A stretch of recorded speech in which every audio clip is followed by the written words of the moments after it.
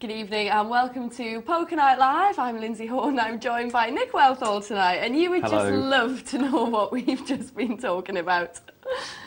After the watershed. It is after the watershed. Yes, maybe not. We're in a good mood. We're in a good mood, aren't we? We are. It's Good Friday and all is good with the world. I'm happy because Sunderland have just been relegated. I'm happy because Man United aren't going to win the title. That's quite a nasty thing to say, but yes. We're here with you till 2 o'clock watching a live internet Texas Hold'em. You'll be getting commentary and analysis throughout the games off Nick here, who is your poker expert. I am. It's amateur night tonight and he's bursting with ideas and just tips and advice. Very keen on this religious holiday to give a bit back to you guys. Yes, and hopefully... Right there. It's a very special day and it's going to be a special show. You're very excited, aren't you, tonight, Nick? I am very excited for deeply personal reasons. But that should make it a good show. So hopefully. Get the emails coming in. Particularly yes. want to hear from any Man United and Sunderland poker playing fans. Yes, we do. If you're a Sunderland fan, we'd love to know how you're feeling tonight, and maybe you can have a go back at me for being so smug. And if you're a Man United fan, maybe you just want to email us in and express your sadness at tonight's events. But please do get in touch with us if you want all your poker questions and your comments as well. It's amateur night tonight, so feel free to ask anything at all. You can text us here in the studio. There's your text number, it's 84222. Put the word poker at the start of your message and send it to 84222, or you can email. And there's the address, it's poker@pokernightlive.co.uk. And if you want to get any more information about the show, you can check out our wonderful website, which is www.pokernightlive.co.uk. So apart from the wonderful football results, would you like to take us around our wonderful poker tables? Yes, I will, Lindsay. Let's have a look. Let's see who's playing poker this evening. Okay. Here's a 25-50 cash game. All the bills on there. All the bills? Yeah. I mean, not all the bills. That would be ridiculous. A couple of bills. That'd be a massive table. How many bills do you think there are? If you include Williams. Several. 300,000 or 400,000, probably. Probably more. Slightly bigger cash game, same kind of deal, same idea. Just twice the price. That's the thing about poker, no matter how much money it is, it's the same game. Same game, everyone gets 2 cards. Everyone gets 2 cards. Never been intimidated at poker, they only get 2 cards. This is a $10 sit and go. And it's almost gone. 3 players left. The dying embers. Lean, mean and green. I can't actually rap. It's our multi-table tournament with $2,000 added, I'm big told. Money there, big money. Big free money. $10 to buy in and $2,000 added. Good stuff. So we'll be dipping in and out of that throughout the night. We've got 110 entrants to that, so that should be good. We'll also be playing Beat the Presenter a bit later on. I think it'll be me, will it? Yes. Playing playing at 11 o'clock. There's the details on your screen. I'll be playing in a game at 11 o'clock and we'll watch the playback of that game after midnight tonight. And Nick will be telling me just how wonderful my play was. That's right. And also... just got a long list of compliments here ready to access. Hopefully, hopefully. All right. Well, last time you played very well, didn't you? When we were on last week. I did, but I was very unlucky. That's the game. But what can you do? I've still not come in the money yet, so I'm very determined. Tonight's the night, Linz. Tonight's the night. I've got a good feeling about it. Good feeling about it. OK, we're going to go to that multi-table tournament now and have a look.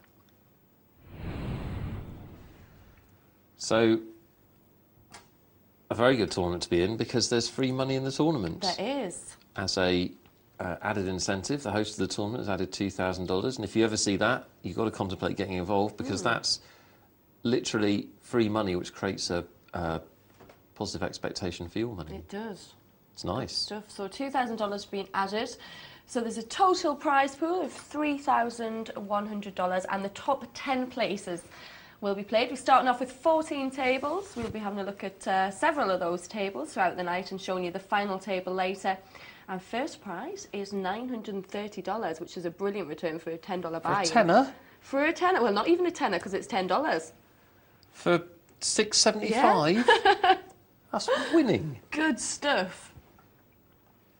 So still the very early stages. You can see the blinds at the top there. 10-20. And this is just one of 14 tables Which will be broken down as Oh, people yes. get knocked out. Plenty more where this one came from. They're all in a virtual universe. For those of you that have just joined in? Tuned in. Yeah, or joined us. One of the two. What I did there was had two options and put them together to make one rubbish option. If you just joined us, we know we have new viewers every night. You're most welcome. Get in touch, poker@pokerlightlive.co.uk. You probably don't know what's going on. No, but Nick will explain the Nick basics and of this Lyndsay game. will explain it to you. This is a multi-table tournament. As Lyndsay says, there's, do you say 14 tables? 14 tables, yeah. In our virtual universe. And we will actually play until just one player's left.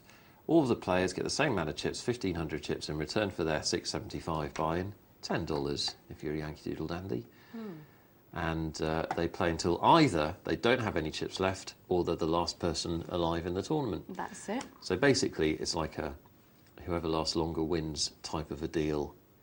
And Last man standing. last man standing. And if you're in the last 10 men standing, you get a share of the prize pool, which, as we're saying, unusually Very high.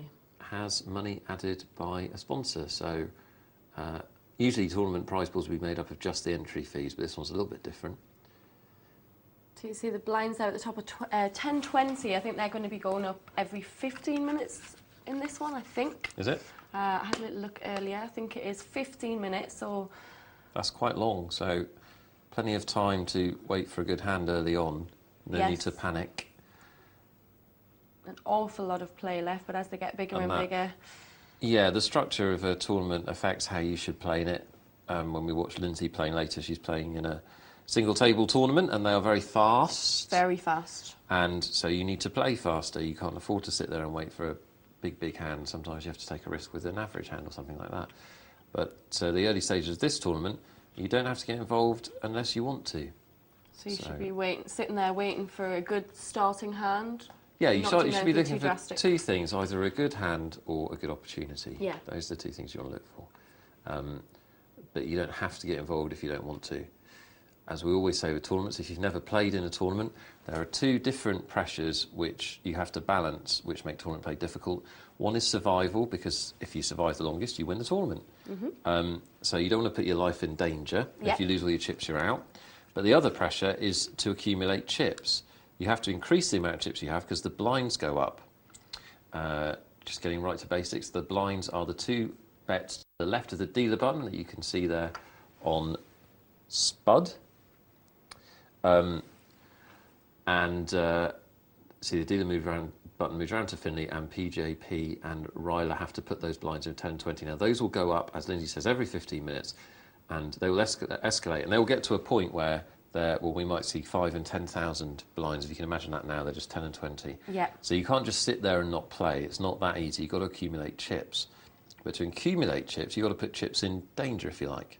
So that operates against the desire to survive. Yeah, you have to speculate to accumulate. You do, Lyndsay. You've got to walk a fine line of judgment. That's what you've got to do. Which makes tournaments hard and makes them interesting. But at the moment, start of the tournament, most players will be operating on a conservative basis because the blinds are very small. If you've got 1,500 chips, a $20 blind is not a threat to that. Yeah. So there's no real reason to get involved unless you see a good opportunity to make money. So we should see a lot of players playing quite a tight game at this stage, and we mean by playing tight that you're folding a lot of starting hands and not seeing very many flops. Yes, you make that first decision based on your first two cards.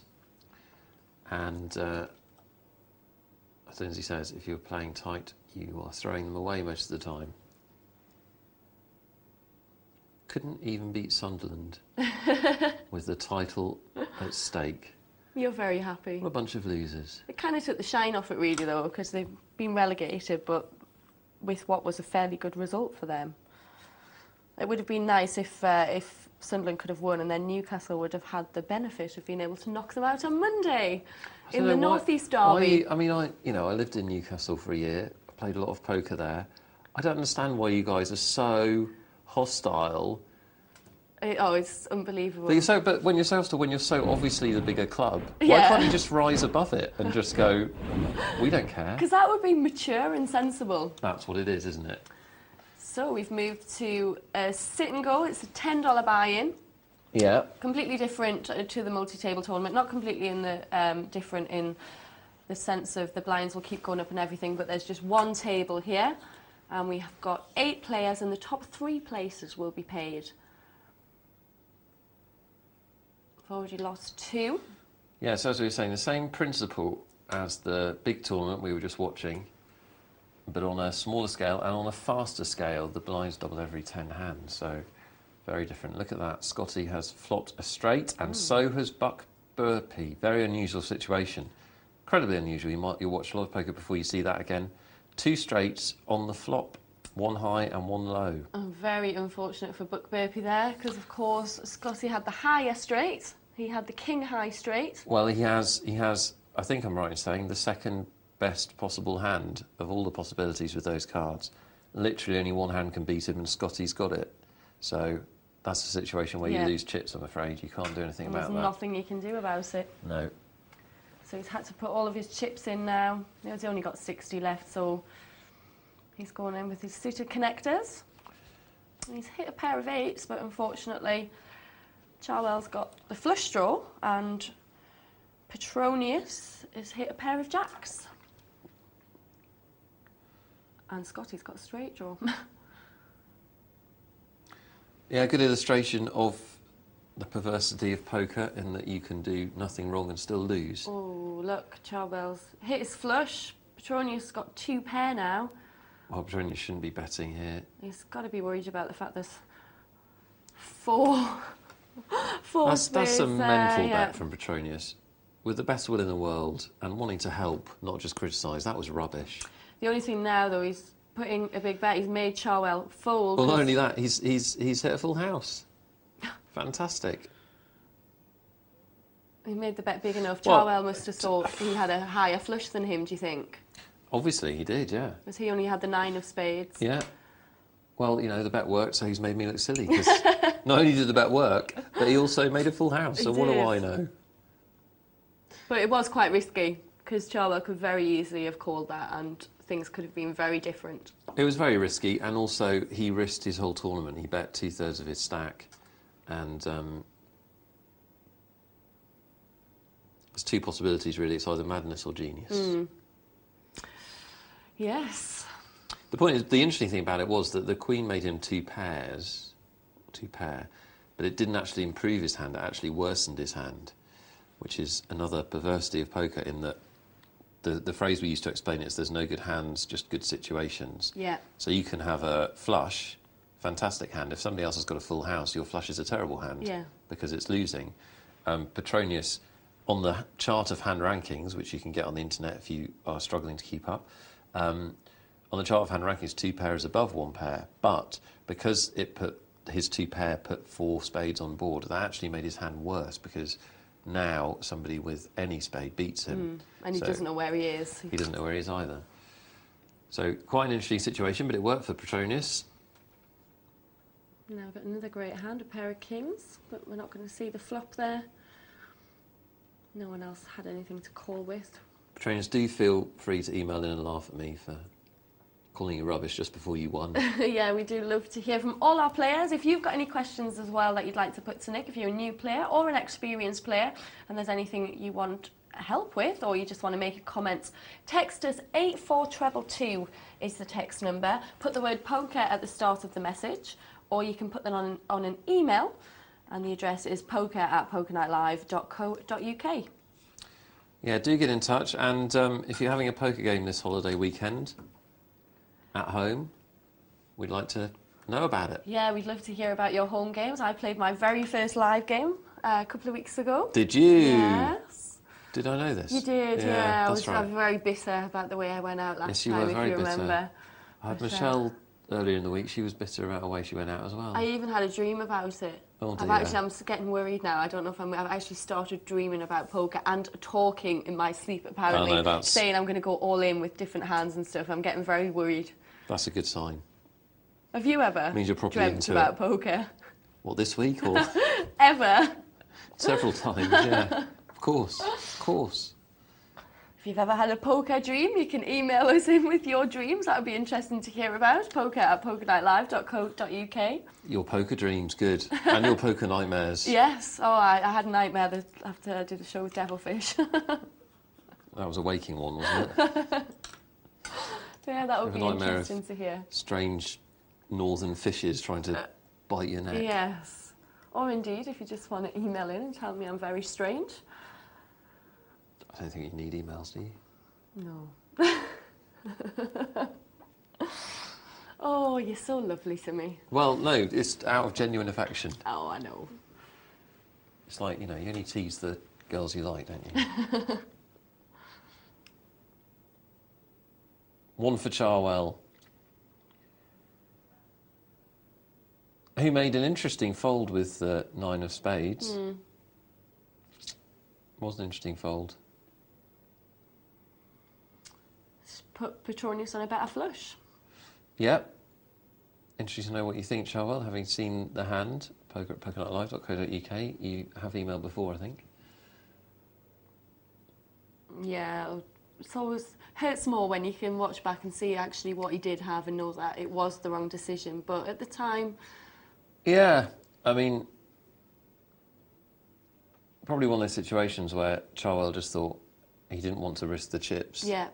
He wasn't confident enough, and... The blinds are still quite small, so it was a lot of his chips to put in at that stage. Wow, and Petronius just put down an ace-10 on the button when Charwell raised from the big blind, so a lot of respect between these two. They probably have played together before. We've seen them both play before. Probably got experience of each other and maybe are making the decisions based on that as well. Yeah.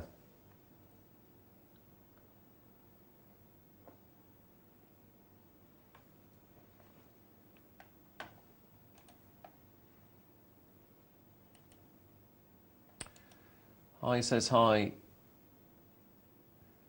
Raising with a marginal hand, but we're now 5-handed, so you'll see a lot more of that. Enigma being aggressive and betting out. Hi says hi. Raising, very aggressive play with the flush draw. Good play. Good play. He knows that Enigma can't call without an ace. Enigma's going to have to put this down, I think. Yeah, good play from Hi. Hay says hi. Hi, how you doing? What did you say before that the young people say these days? Up. Sup. Yeah. Is that street talk? Oh, yeah. I've never said that before. Oh, regular viewers will know that I'm very in touch with the youth market. Are you in touch very with, much so. With the youth of today? I I've must actually be knocking got. on a bit because I've not heard that. No, well, you are. I've actually got. I've actually got an Xbox game coming out called Street Poker next year. Have you? Yeah.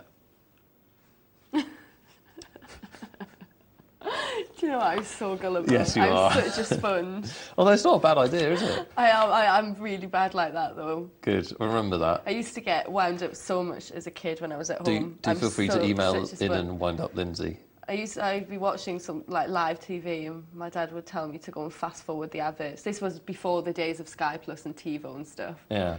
And I would actually get up and go to the video and try and fast forward things. It's just brilliant. I'm just an idiot. Oh. I'm going for the sympathy vote. I was just thinking about an Xbox game called Street Poker. I think it's brilliant. You're going to go home now and sit up all night trying to plan it, aren't you? No.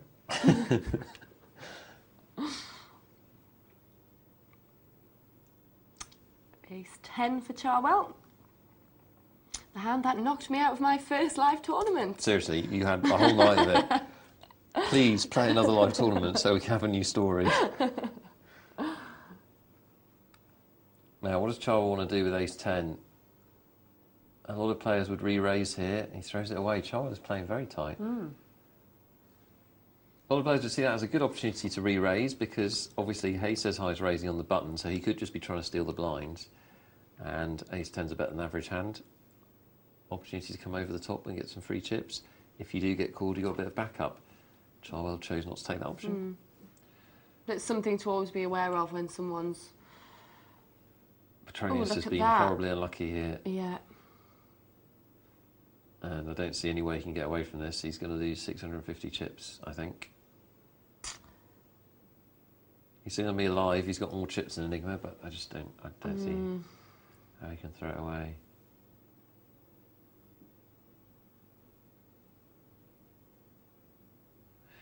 No, he can't, and he'll need an ace, or he'll need the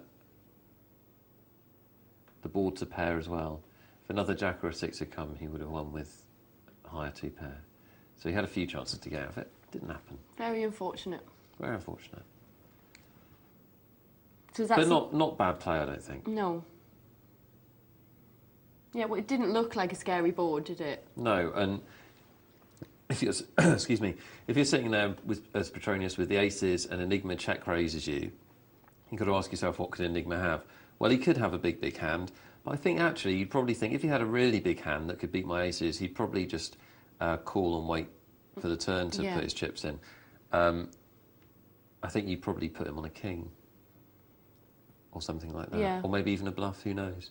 But yeah, there's no way Petronius could have got away from that. It's just an unlucky situation for him. It's a really interesting move, the check raise, isn't there? It can tell you a lot about... Well, it's something that beginning players don't do enough of. It's probably the strongest move you can do in poker. If you don't know what check raise is, don't overcomplicate it. It's what it says on the tin. You check first with the intention of letting somebody else bet, and then you raise. So what you're effectively doing is you're trapping them. Yeah. And you're making them put some chips in. You're checking to show a bit of weakness. They're then putting chips in, and then you're going, you've been sneaky. I'm actually quite strong. Exactly. But they've already put their chips in. It's too late. That's right. But you need position to do that. Well, it's check raising. Obviously, you're actually acting before. Usually in poker, we say that acting later is an advantage. But in the check raise, you check raise, you'd be before them. First, yeah. And there's two types of check raise. There's check raising that you do with a strong hand to trap your opponent, and also you can you can use check raise as a bluff, which is something that people very, very rarely do. And I probably shouldn't say this on TV because people do it to me, but it's one of the strongest moves you can make. And the reason is that the check raise is the strongest betting pattern in poker. It says, I've got a really good hand. Yeah. I've got such a good hand that I trapped you with it. Yeah. And I don't mind if you call. So using it as a bluff can be very powerful against the right player in the right situation. But you won't... I mean, I've been watching the games we have on here for several months now. I was a young man when I came here, actually. And I've seen... It's took its toll. Oh, I tell you what, grinds you down. I mean, I love it and everything, but I think I love it too much. But when you... You're just worn out with over-enthusiasm. With too much love. That's what it is. It is. Hard work. Hard work, honestly. I could count the number of check raise bluffs I've seen in the games that we cover on one hand. Very rare. You'd have to do it against the right player at the right time, and no one... You want them to fold. Yeah, so you have to do it against a good player, because a bad player... You want to do it against... Typically, you do it against a reasonably tight, strong player who you're pretty confident has got a hand like top pair or an overpair, but that he will put down. Yeah. So, for example, in this game, you could do it to Charwell. Charwell's shown that he's willing to throw hands away. Yeah. He's obviously a decent player, he knows the value of hands, so you might get him to put a hand down. Against a bad player, they will just call with one pair. Yeah. And that just defeats the object of doing it in the first place. It does. But a move that people can try, you might like to try this at home. Just to give you one practical application of it, you can call a raise. Hay says hi, goes all in from the button, and Scotty's found a real hand and flopped to it. Oh, look at that, full house. What a tournament Scotty's had. He had a straight that he flopped earlier, now he's made a full house. Strength to strength, and he's way ahead now. 5,500 chips. Great tournament for him so far. A move you can try at home is against such a player. Make sure you're doing it against the right player. Don't email and say, I tried it, I didn't work, and I went broken. It's your fault, Nick. You've got to do it against the right player. Call a raise from the big blind when you know it's going to be heads up. And then, in a premeditated fashion, if the flop comes a random collection of cards, especially low cards, check raise whatever your cards are. Right. Because if the raise is sitting there, he will have the hands that we traditionally raise with. He'll have aces, kings, queens, ace, king, ace, queen. And if the flop comes something like 8-7-2 or something like that, and the big blind check raises, that's very scary because the big blind could have anything. Yeah. So that's a good bluff that you can try. So you maybe think you had a small pair and you've hit your trips or something. You can make them believe that. You can. You can. And it's something that good players do a lot of. But as I say, it's got to be against the right person. Yeah. But certainly a good tool to have as part of your game. Yes. Put it in your armoury. Pop it in your armoury. Pull it out when the occasion is right. Yes. Enigma goes down in a blaze of glory. And Charwell makes the heads up after making those controlled laydowns earlier. That strategy is beginning to look like a very nice play, and now he's hit top pair. Now is Scotty going to try and bluff this pot? He is. I don't think Charwell's going anywhere. Oh, I'm hurt. I'm deeply hurt. Ken Snappard has emailed us. Well, you put yourself on the line, Lyndsay. You know, you've put your head above the parapet, you're going to get a shot out, aren't you? He says, isn't it wonderful to see Newcastle fans so smug at Sunderland's relegation? Still, Geordies can proudly show off the trophies they've won recently, such as the North England Under-5s Cup. Hey, that's not easy to win. Cheers for that, Ken. No, it's still an achievement. At least... You haven't won that, because we know about it. If you had won that, there'd have been a parade through the city, wouldn't there? At least we've got more than 12 points, Ken.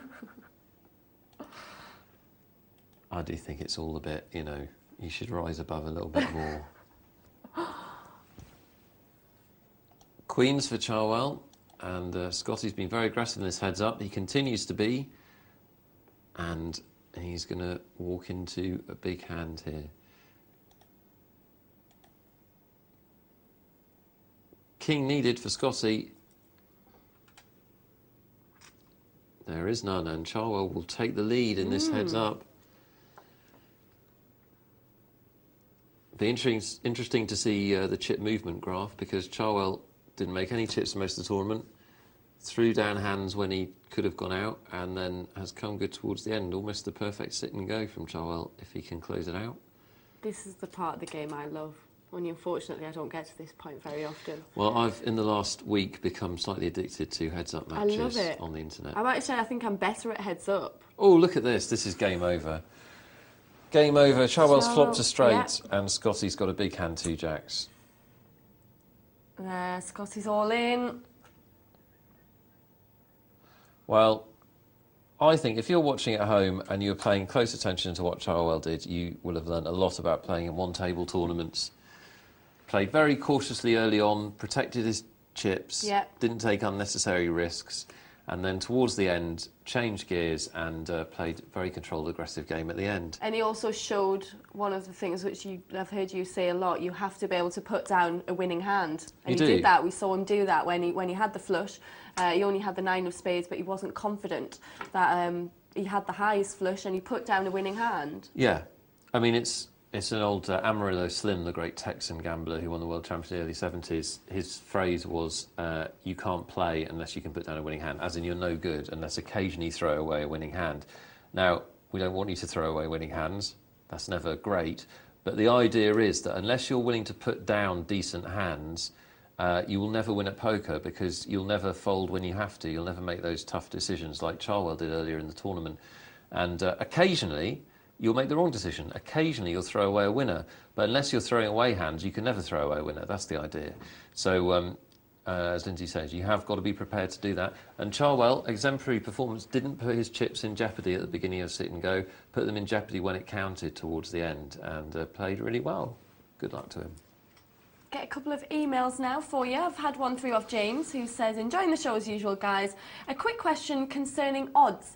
How many books discuss the odds of hitting a flush with 2 suited cards? However, how cautious should I be with low suited cards if 3 further suited community cards have hit after the river? Does he mean after the flop? I don't know. After the river would mean all the cards were out. Yeah, it must mean after the flop. What are the odds, 10-handed, of an opponent having whole cards of same suit and hence also making the flush? Absolutely no idea, James. Maybe one of our viewers knows. We have fantastic viewers with a wealth of knowledge and also the time to run a quick simulation and find out. Or it might be on the internet somewhere. I'd look it up, I'm a deeply lazy man. The important thing to understand is that it's unlikely. It's pretty unlikely. I could guess at the odds, but I don't want to make a fool of myself, so I might check it out for you. The point is, you shouldn't worry about somebody else having a flush until you've got very good reason to. Obviously, the way to divine whether somebody does have a flush is their betting patterns throughout the hand, and obviously their betting patterns when the flush comes. If you've got good reason to worry about it, then you might consider that you're beaten. But if there's only 3 cards on board, they need the other 2 cards in their hand, obviously. You're very, very rarely going to be throwing away a flush in that situation.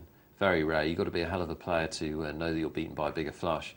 I suppose one of the factors you take into account is how many opponents you have. Well, I don't suppose it is. Clearly, the more opponents you have in a hand, statistically, the more likely it is that somebody will have that flush. But really, you shouldn't worry about it, because you'll end up playing scared poker if when you've got a flush, just because it's a small flush, you worry somebody's got a big one. In fact, James, I don't know how long you've been playing, but how many times has that happened to you? Or how many times have you seen it on the table? It's really, really rare. Very rare. I mean, you don't need to be a maths whiz to know that it's unlikely, because it almost never happens. So in the general course of events, I wouldn't worry about it. But if anyone has got the time and the brain, as I know some of our viewers have, to find that out for James, odds of somebody else having a flush, you have a flush statistically, that would be interesting. poker@pokernightlive.co.uk. Yes, get in touch with us. We do love to hear from you. I've got an email from Sam. We were talking about Easter home games earlier on, and Sam says he's having a home game and wondering how fast the blinds should go up and how many chips each of the 7 players should have. Have you got any tips on how to make it a better home game? Any advice would be brilliant. Yes, everyone that gets a straight or better gets a cream egg. Brilliant. The one key piece of information I need, Sam, is how long you want the tournament to last. That's what you haven't said, because you can basically make the tournament last as long or as little as you like, and you do that by altering the variables you've got, the number of chips, whatever.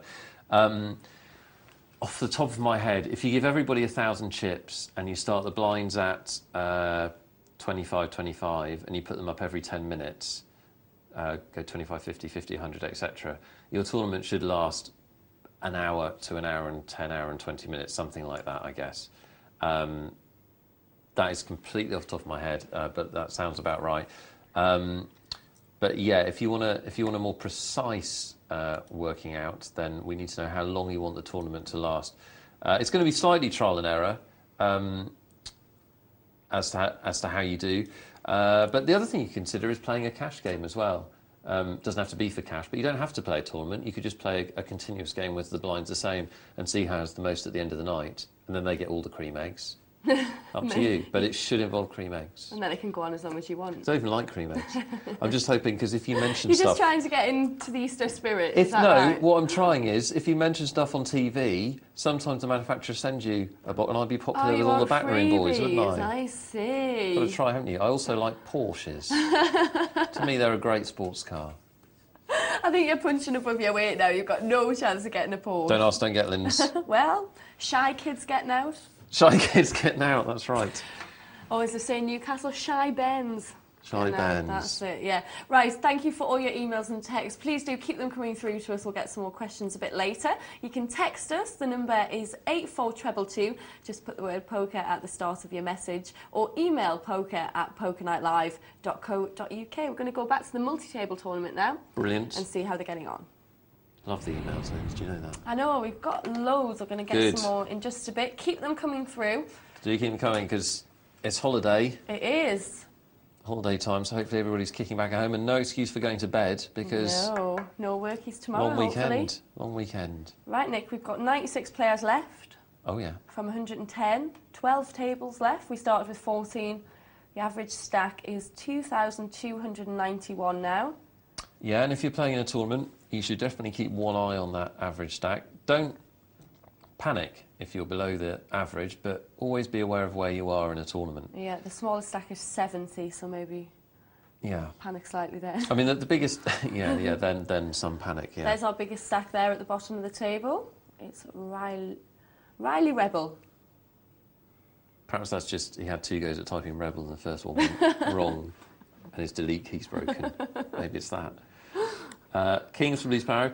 Yeah, as I was going to say, the most important thing in terms of where you are on the tournament is the amount of chips you have in relation to the blinds.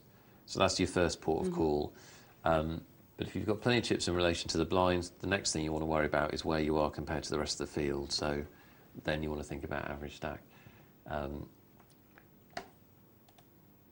Blue Sparrow takes that down.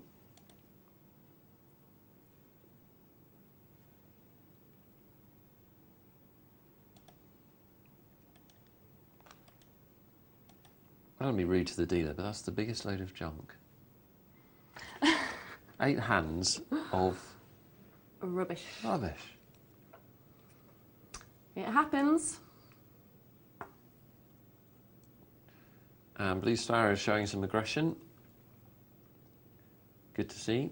He's not really doing that on the basis of his cards, folks. He's doing that because everybody else passed, and he knows that making a raise, he only needs 3 people to fold, 3 people left to act, and he picks up the blinds for free.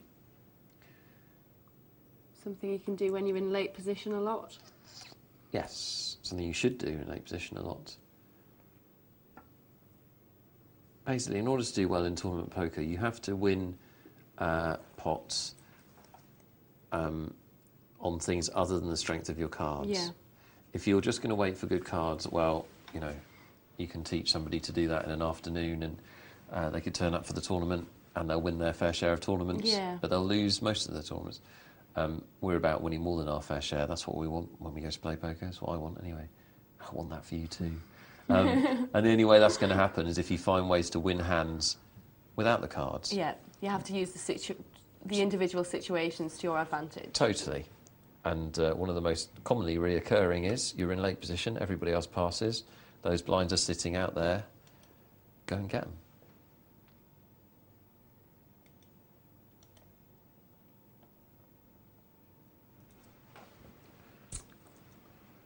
So still very early in the tournament, blinds 25 and 50.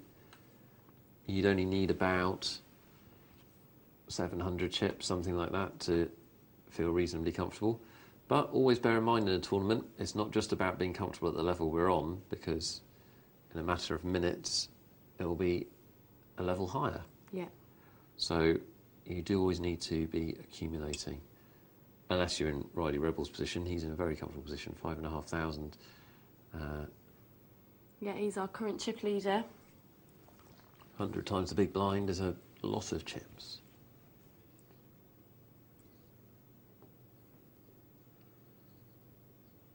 Gem star with a pair of aces. Just checks. Quite weird. Quite hard to understand that. Everybody else has checked. He's got the top pair.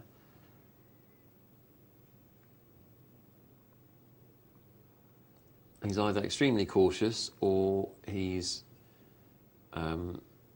being overly tricky.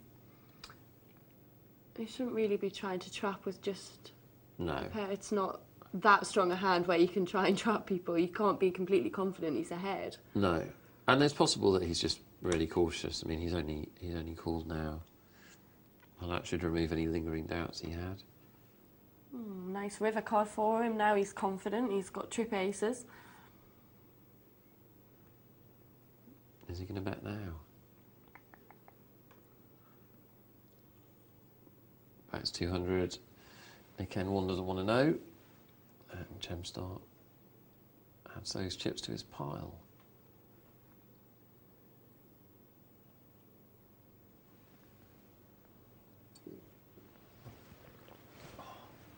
Slightly rumbly tummy. Lyndsay. Have you? Yeah, a little bit. Should I be worried? I'm not going to eat you, am I? Not the devilfish. A vampire. Lyndsay's brought in hot cross buns, everyone, so I'm quite excited about that. Our viewers never send us in cake. I've tried so many times. Have you? Yeah. I'm not even subtle about it. I really want them sending cake, but it's never happened. It'll be a great day when it does.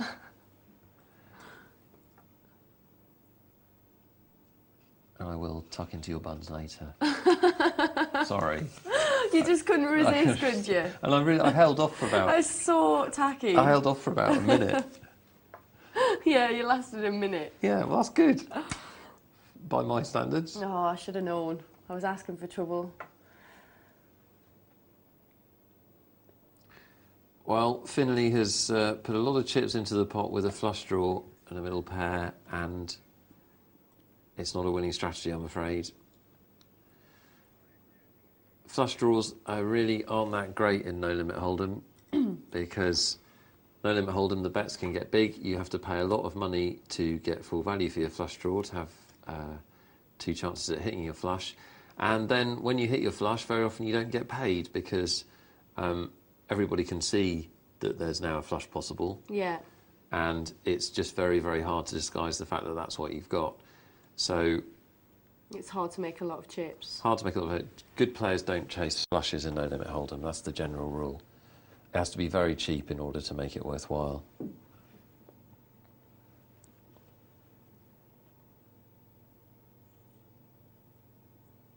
Have you had any Easter eggs, Lyndsay? Yes. Have you? Yeah. I haven't. Have you not? No. Never. No, never. And we didn't get Christmas presents either. No, yeah, no, I've had them in my life, yeah. Just not this year. It's not something, like, you don't go out and buy yourself one, do you? Once you don't live with your mum and dad anymore. Perhaps do you go out and buy yourself one? No. No. This could be interesting. Ace King on the button, Ace Queen in the small blind, 2 9s in the big blind. Well, I wonder if the Ace Queen will re-raise or just call. I'm sure Ryler Rebel will play. Thinking about the re-raise. He does re-raise. Now, the 9 should really throw away here because that's a raise and a re-raise to him, and yep, he does throw away. Good fold. Oh. Well, PJP's made a difficult decision. It's the right decision. He's going to double through. It looks like, oh dear. Oh, that's horrible. On the river. 3 cards for Ryler Rebel at the end there to win that hand. Could be Ryler Rebel's night if he keeps doing that. You did the right thing there. There was absolutely nothing you could do about that. The Ace King? No, yes, yeah, the Ace King. Yeah, pretty much. I mean, some people would say, I mean, I don't mind throwing away Ace King. Yeah. But there's a good chance that he's got the best hand there because Ryler Rebel plays a lot of hands. He's got a lot of chips, so he's more willing to get involved. Yeah, and also he may think that he was stealing on the button. Yeah. So you'd be more inclined to play. It's just unlucky. Unfortunately, we're going to get a couple of emails for you now. Ryan's been in touch and he says, hope you can help my game. I'm still a young player in my 20s, but I was around before the poker boom. I learnt my trade on the live tables. I've recently found a great lack of concentration on my part when playing online. I tend to gather lots of chips early on, but I get overconfident, play like an idiot, especially when I get called down on junk by newbies. As a result, my bankroll is dead. I'd really like your advice on how I can get my game on par and sort my head out. Love the show, and that's Ryan in Canterbury. Well, thanks for emailing, Ryan. I feel we have an instant bond as I'm also still a young player. Ryan said he's in his 20s. I'm also almost in my 20s. I could pass for 20s. Oh, my earpiece is gone. Got bits falling off me, but I could pass for 20. So you can't possibly pass for being in your 20s. You're already falling to bits. Yes. Thanks for that, Lyndsay. Beautiful. Ryan, online play, if you learn playing live, you're the same as me, I learned playing live. If you learn playing live and then you try and play online, they're 2 different styles, and the main difference is that online people will call you down more. Now, why that is, it's a combination of factors, really. There's more players online. People now tend to start playing online, so the standard is lower. And weaker poker players call more, as we were talking about earlier. You need to be a good player to throw a hand away. So that's one factor. Another factor is that it's just easier to call. I think when you play online, it's less intimidating. You just have to click your mouse and the chips go in. And that sounds like an inane comment, but I do believe it's a factor, and people do call more on the internet. So you need to modify your style if you've come from live games, and you basically need to bluff less. You need to bluff less and make less moves. One key difference in play is that online players, in my view, respect re-raises less. So making moves with re-raises doesn't work. So you just need to gear things down. You need to call slightly more. You need to see more flops with hands like suited connectors and that kind of thing, and try and make bigger hands with flops, because you're playing against players that will call you down. So that's, in terms of style, going from live games to online games, those are the changes you need to make. In terms of playing like an idiot when you've got lots of chips, that's not good. When you've got lots of chips in a tournament, that doesn't happen very often, so that's when you need to play your best. That's the way I want you to look at it. You need to take that advantage that you've got in the early stages and make it pay by playing even better, because you've got an opportunity to win the money. But if you know you're doing it, you know you're halfway along to, you know, you've admitted your problem in public, Ryan, amongst friends, and that means you're halfway to sorting it out. I hope you do. Good luck. Hope things turn around. Thanks for emailing. Good luck with it. Good luck with it, definitely. Lance has been in touch as well, and he says, great show. I was in a free roll earlier and came 50th out of 10,000.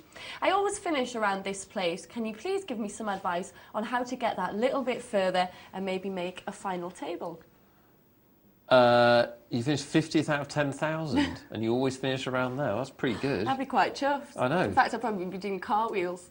Can you do a cartwheel? Yeah, absolutely. Show me later. 50th out of 10,000 is brilliant. If you're already finished there, I don't think I've got much to tell you, because you're obviously doing something right.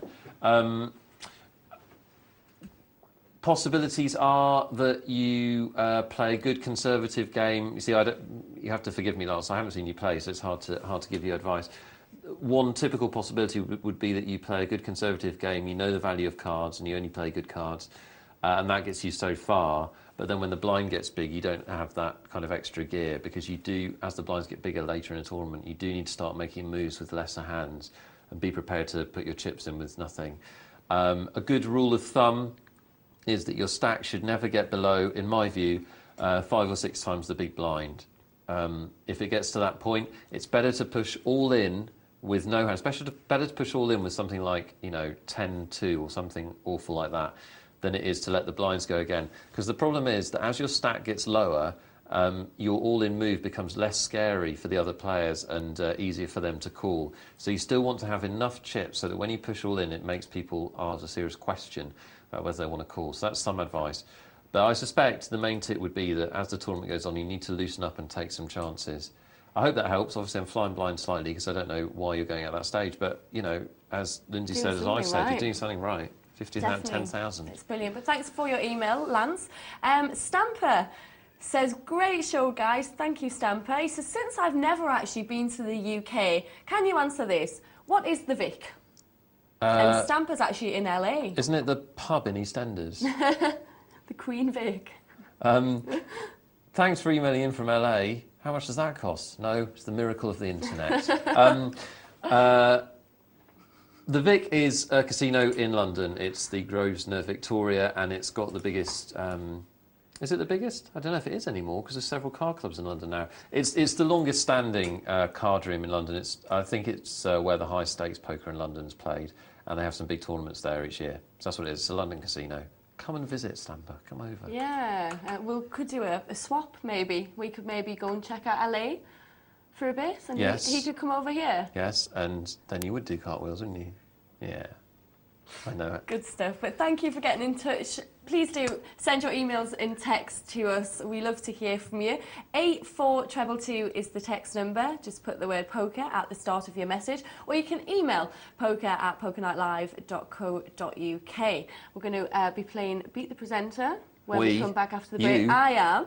You're going to help after I've played. We're going to watch it back. That would be illegal. No, absolutely not. That would be collusion.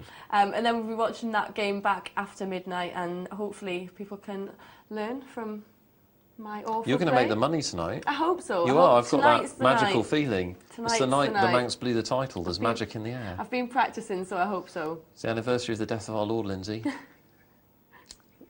Let's resurrect your fortunes by cashing in the tournament. You better go to a break, because I'm going to get fired. Will you buy me an Easter egg if I get in the money? Yes, I will, yes. OK, and we're going to take a short break now. We'll come back after the break and Beat the Presenter. More poker and more Sunderland with jokes. A couple of flakes and...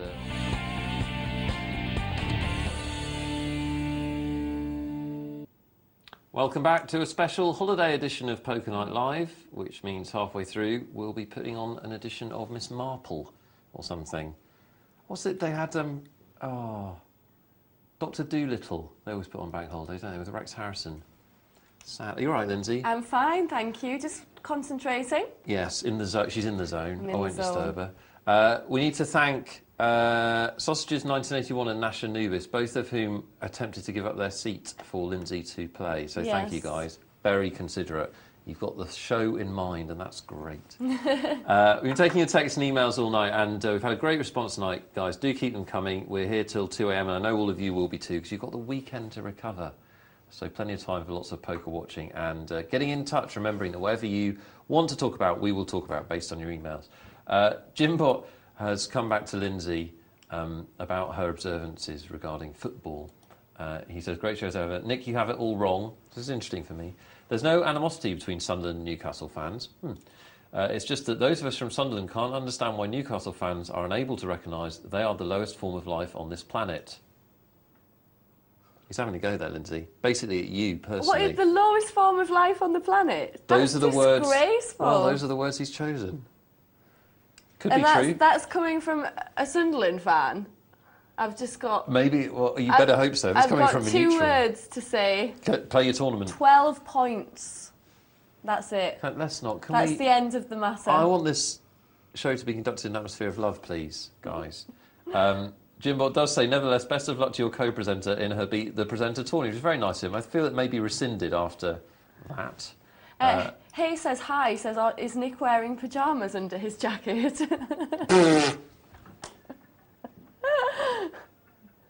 Delboy says, Nick, don't you know it's cricket viewers that send in cakes? Yes, Delboy, I do know that, but I've been trying to broaden it. Why does it just have to be cricket where the presenters get cakes? Poker and cakes go together like me and Lyndsay's buns. Not yet. I haven't had one yet. You haven't had one yet. They do look delicious. My buns with currants on the top. Stretching the metaphor. Let's have a serious poker question while we've still got our strength, shall we? Jay Kickhirk has emailed in, says he's a young student. Do you mean 6, 7? I've been playing around for 3 years, and made a massive profit in casinos online. Good for you. I currently play a 1-2 cash game most days, so you'd be talking about 1-2 no limit.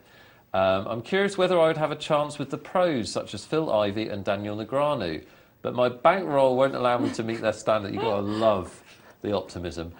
Do you know any qualifiers where I'll be able to meet these players if I get through to the later stages?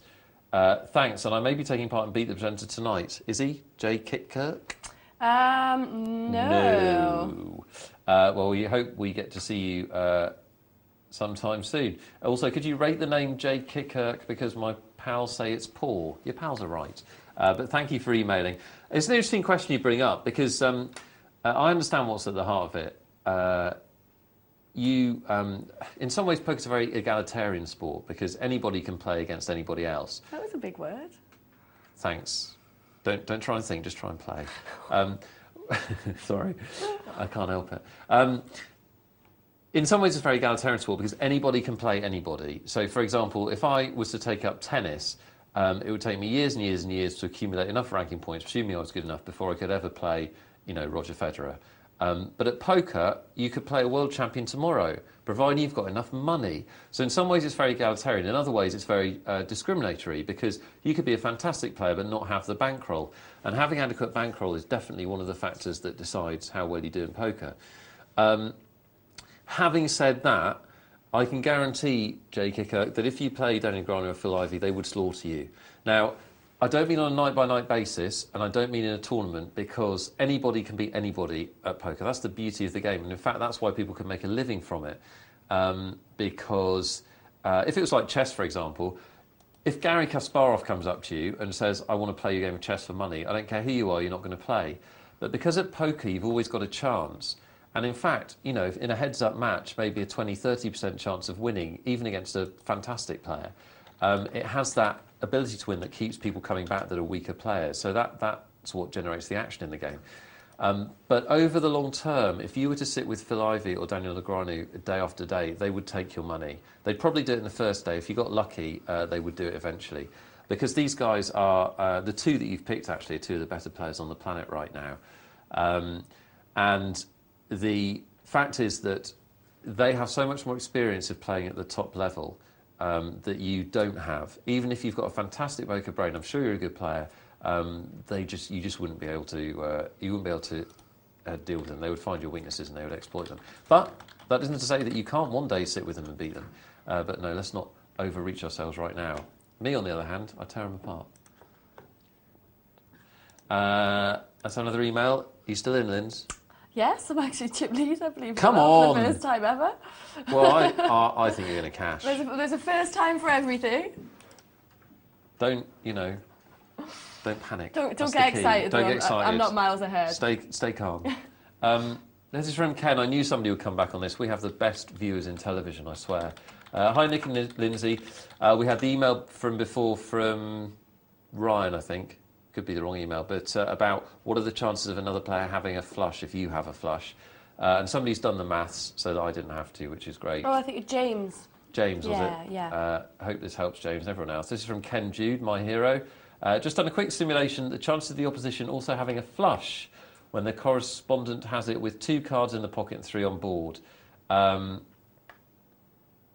Okay, yeah, so this is based on the number of opponents you have at the river. If you've got 1 opponent at the river, it's a 2% chance, 2 opponents at the river, 5% chance, 3 opponents at the river, 8% chance, 4 opponents at the river, 11% chance.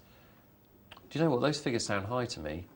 That's completely intuitive. I could be wrong. Anyway, he's done a 100,000 hand simulation using Poker Odds, which is a Poker Odds program, presumably. So, as Nick said, the chances are not very high. They're not very high. Actually, those numbers do sound a bit high, but maybe I'm sure you're in a better position, Ken, to know that that's right. But yeah, as I said at the time, the point is that you don't need to worry about it. If you've got a flush, you shouldn't worry about a bigger flush. If there's 4 cards on the board, that's a totally different situation. But with 3 cards on the board, don't worry about a bigger flush unless you've got lots of really good evidence to suggest that there might be. That's enough yakking for a bit, but keep those emails coming. We've got lots and lots of emails tonight. Holiday version of Poker Night Live. Don't know what that means. Yippee! But it means we're all excited. It means we're all excited. Yes. Lyndsay's going to cash. I'm just generally excited. I've got my pyjamas on ready for when the show finishes, so I go straight to bed afterwards. 84222 is how you get in touch, or poker@pokernightlive.co.uk. Let's go and see a game, shall we? And it's going to be a 50-cent $1 cash game. Featuring a couple of regulars. Craven, we've seen play before. Snap It, of course. Good evening, Ken. Snap It. I don't like Ken tonight. He said Newcastle leading. That's a first. He's been very mean. Very mean. Has Ken revealed who his team are? He hasn't, no. Come on, Ken. Don't just be a knocker and a boo boy. Tell us your team so we can laugh at you. It's probably something like Scarborough or something. Yeah. We also got Smooth Cut, who plays regularly.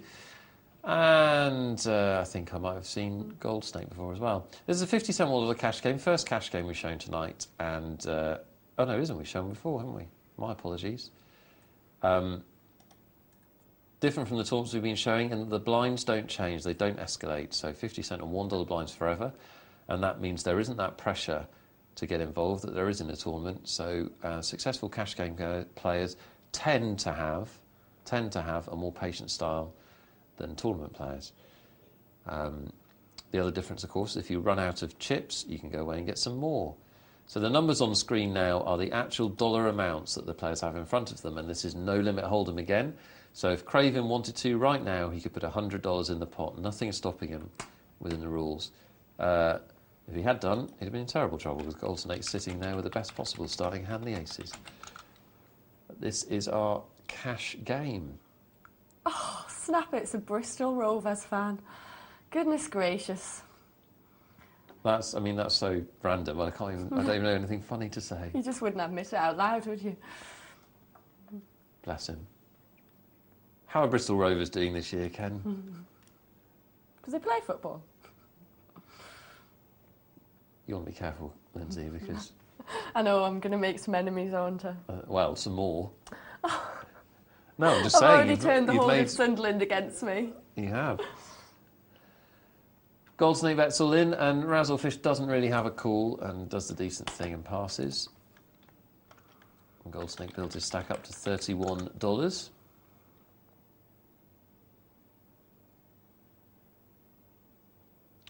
Wonder how many of you like to play in cash games. Why not send us an email if you do? Tell us about your winning strategies, or if you don't play in them, you've got questions about them, how to win in them, get those in as well. poker@pokernightlive.co.uk, that's why we're here.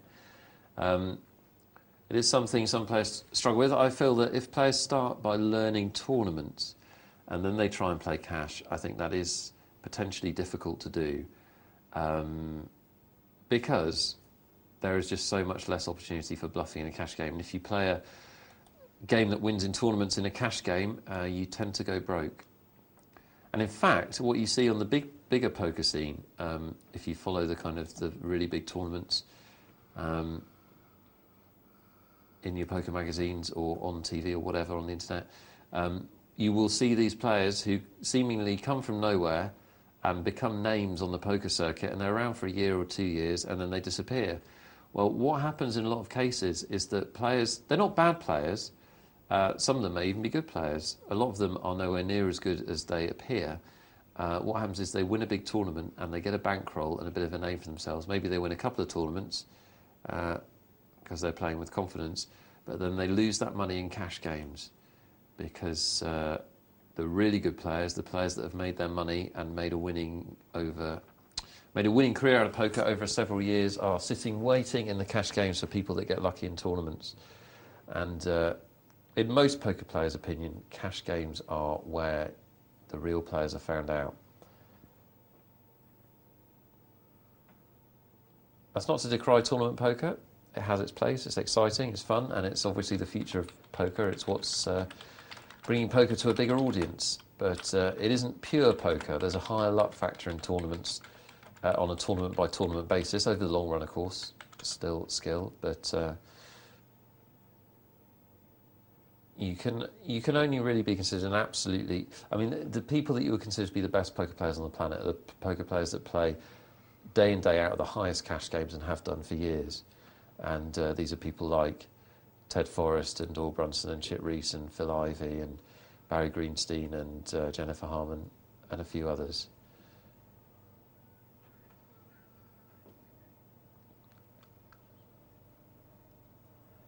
Razzlefish raises from the big blind with a pair of sixes, pretty aggressive. And he does have a spade, so he does have the flush draw, but apart from that, that flop is of no help to him, and it has made Hooch the best hand right now. Pair of aces. Hooch should raise here. In fact, it's very important he does raise, because he wants to protect that hand, and that's not really a big enough raise, but it has done the job.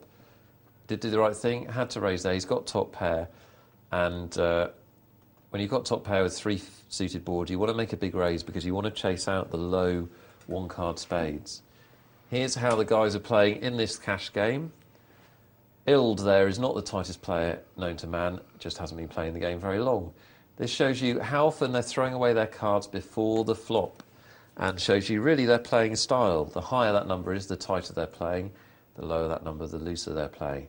And anything around about 80% is probably right for a game like this. Some of the players down the bottom there playing a little bit too loose. And there's the player's hit rate. Now this is a lot more random, this stat, because obviously it depends whether the cards are falling for them on this given session. But it'll show you who's having a good time of it and who isn't. Now bear in mind, the players can sit down with up to $100, so anyone over that $100 has made a profit for their buy-in. They could be playing more than one table, of course, this is internet poker. Or they could be not on their first buy-in, so it doesn't mean they're necessarily making a profit for the night. Smooth cut makes a profit on that hand. Makes the straight and got paid off by Gold Snake with just a pair of 8s. Very nice for smooth cut.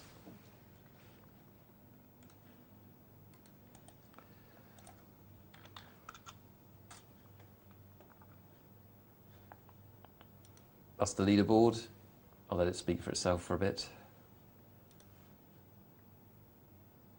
See, the problem is now, Lynds, I now want a hot cross bun. But Go this is, for it. I can't. This is the hour of the show where I can't have one. Because you're not doing any talking. Nobody wants to listen to a man I'm eating. sure the viewers won't mind if you put one of my buns in your mouth. No, maybe not. Is it warmed? Kev says, tell Nick to shut up, I'm starving. Sorry, Kev. Well, you're at home, aren't you, Kev? Go and get something from the kitchen. What's the problem?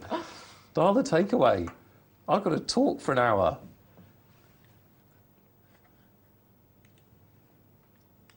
Round we go. Craven's got the ace-jack. Ild will be breaking that not playing duck with ace-king, I'm sure.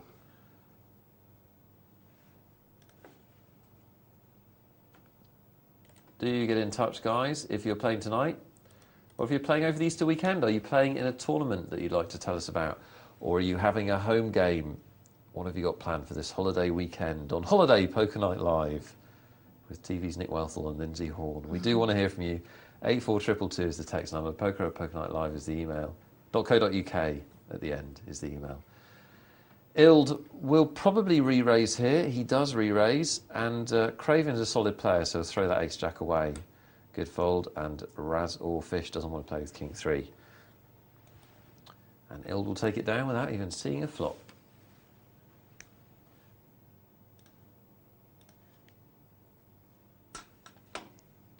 I've just realised Jay Kickkirk sent an email about playing with Phil Ivey and Daniel Negreanu, and I did not answer his question. He said, are there tournaments he can play in where he could end up playing against those guys? There are, of course. Internet satellites and things. Yeah. And this is the great thing about poker. You do have a chance. You know, there's no competition you can enter where you play Tiger Woods at the Masters. But in poker, there are competitions where you can enter where you end up playing the best in the world. For example, the World Series of Poker is coming up in a couple of months, in August. And most of the big websites, and some card rooms as well, are running qualifiers to qualify for the World Series of Poker. Or if you've got the money, of course, you can go over there and buy into one of the smaller events where all the big names will be playing. So yes, it's perfectly possible that you could end up in a tournament playing against the biggest names on the planet, sitting with them at the table. And I've been lucky enough to do that with some of them, and it is a buzz.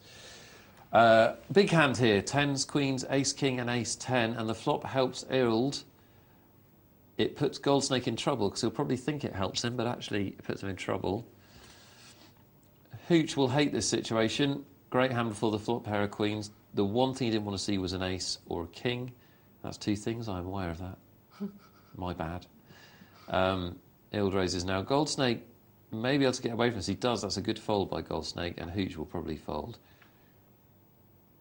I can't believe, with four people in that pot, that none of them have an ace. I'm going to sneeze, I do apologise. Bless you. Thanks. Hooch doesn't want to say goodbye to the ladies, but sometimes you do have to say goodbye to ladies, especially when they just keep calling. The problem you have all the time. If only. In my dreams. Ace-10 for smooth cuts.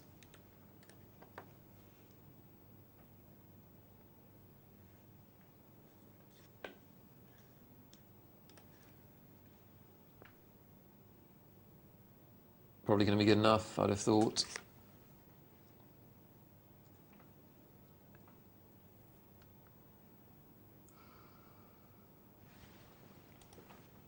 Go on, Linz. Go on. Do you know what? This lot of tighter... tight. Are they? They are actually, aren't they? You're all still alive. Well, we all know what to do with tight people. Steal their money.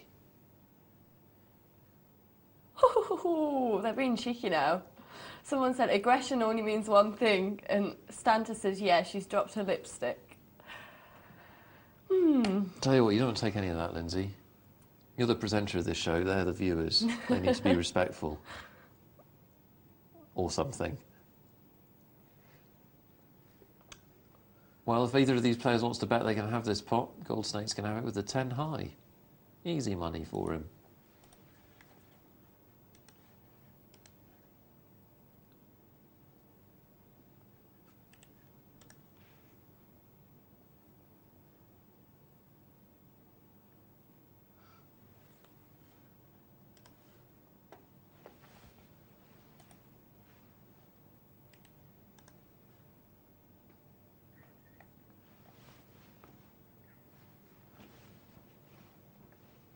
Oh, it's good fun, this poker, isn't it, Nick?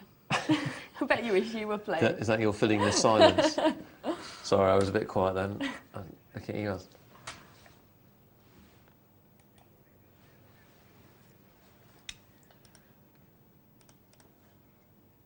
Again, nobody's hit this flop. And again, anybody wants it, they can bet at it. This is something you do have to do in cash games and in tournaments, in my view. A lot of times in Hold'em, everybody will miss the flop, and you need to ask the question. Remember, we always encourage you to be the aggressor when you play poker. And going right back to basics, this is amateur night.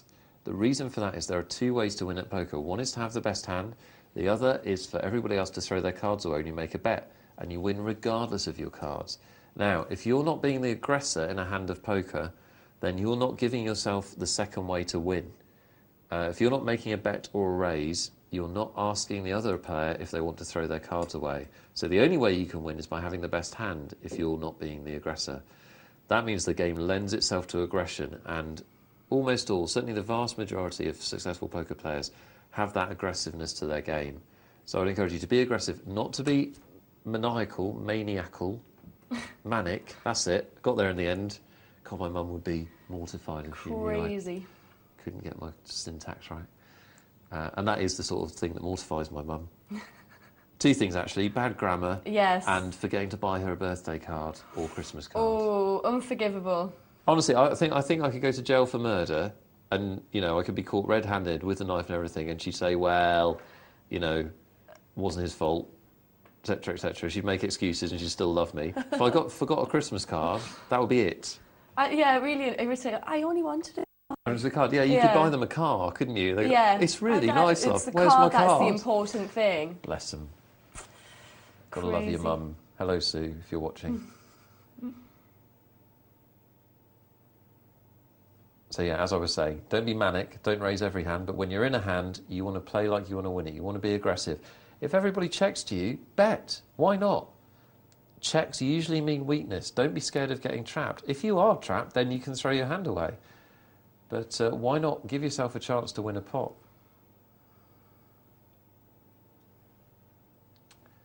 Interesting confrontation. Queens versus Ace-King. The Queens are about a 52-53% favourite. Heads up. But now a huge underdog, of course, with Craven making the pair of aces. And Gold Snake's called on the flop. It's a marginal call. Now he really doesn't want to play. He's got to ask himself what's Craven got to call the pre-flop raise. Craven's a solid player, and eventually he does make the fold. I can understand calling the first bet on the flop. Wasn't a massive bet, and Craven might bet out with a pair of jacks or a pair of tens just to try and win the pot, but then he did have to throw it away on the turn.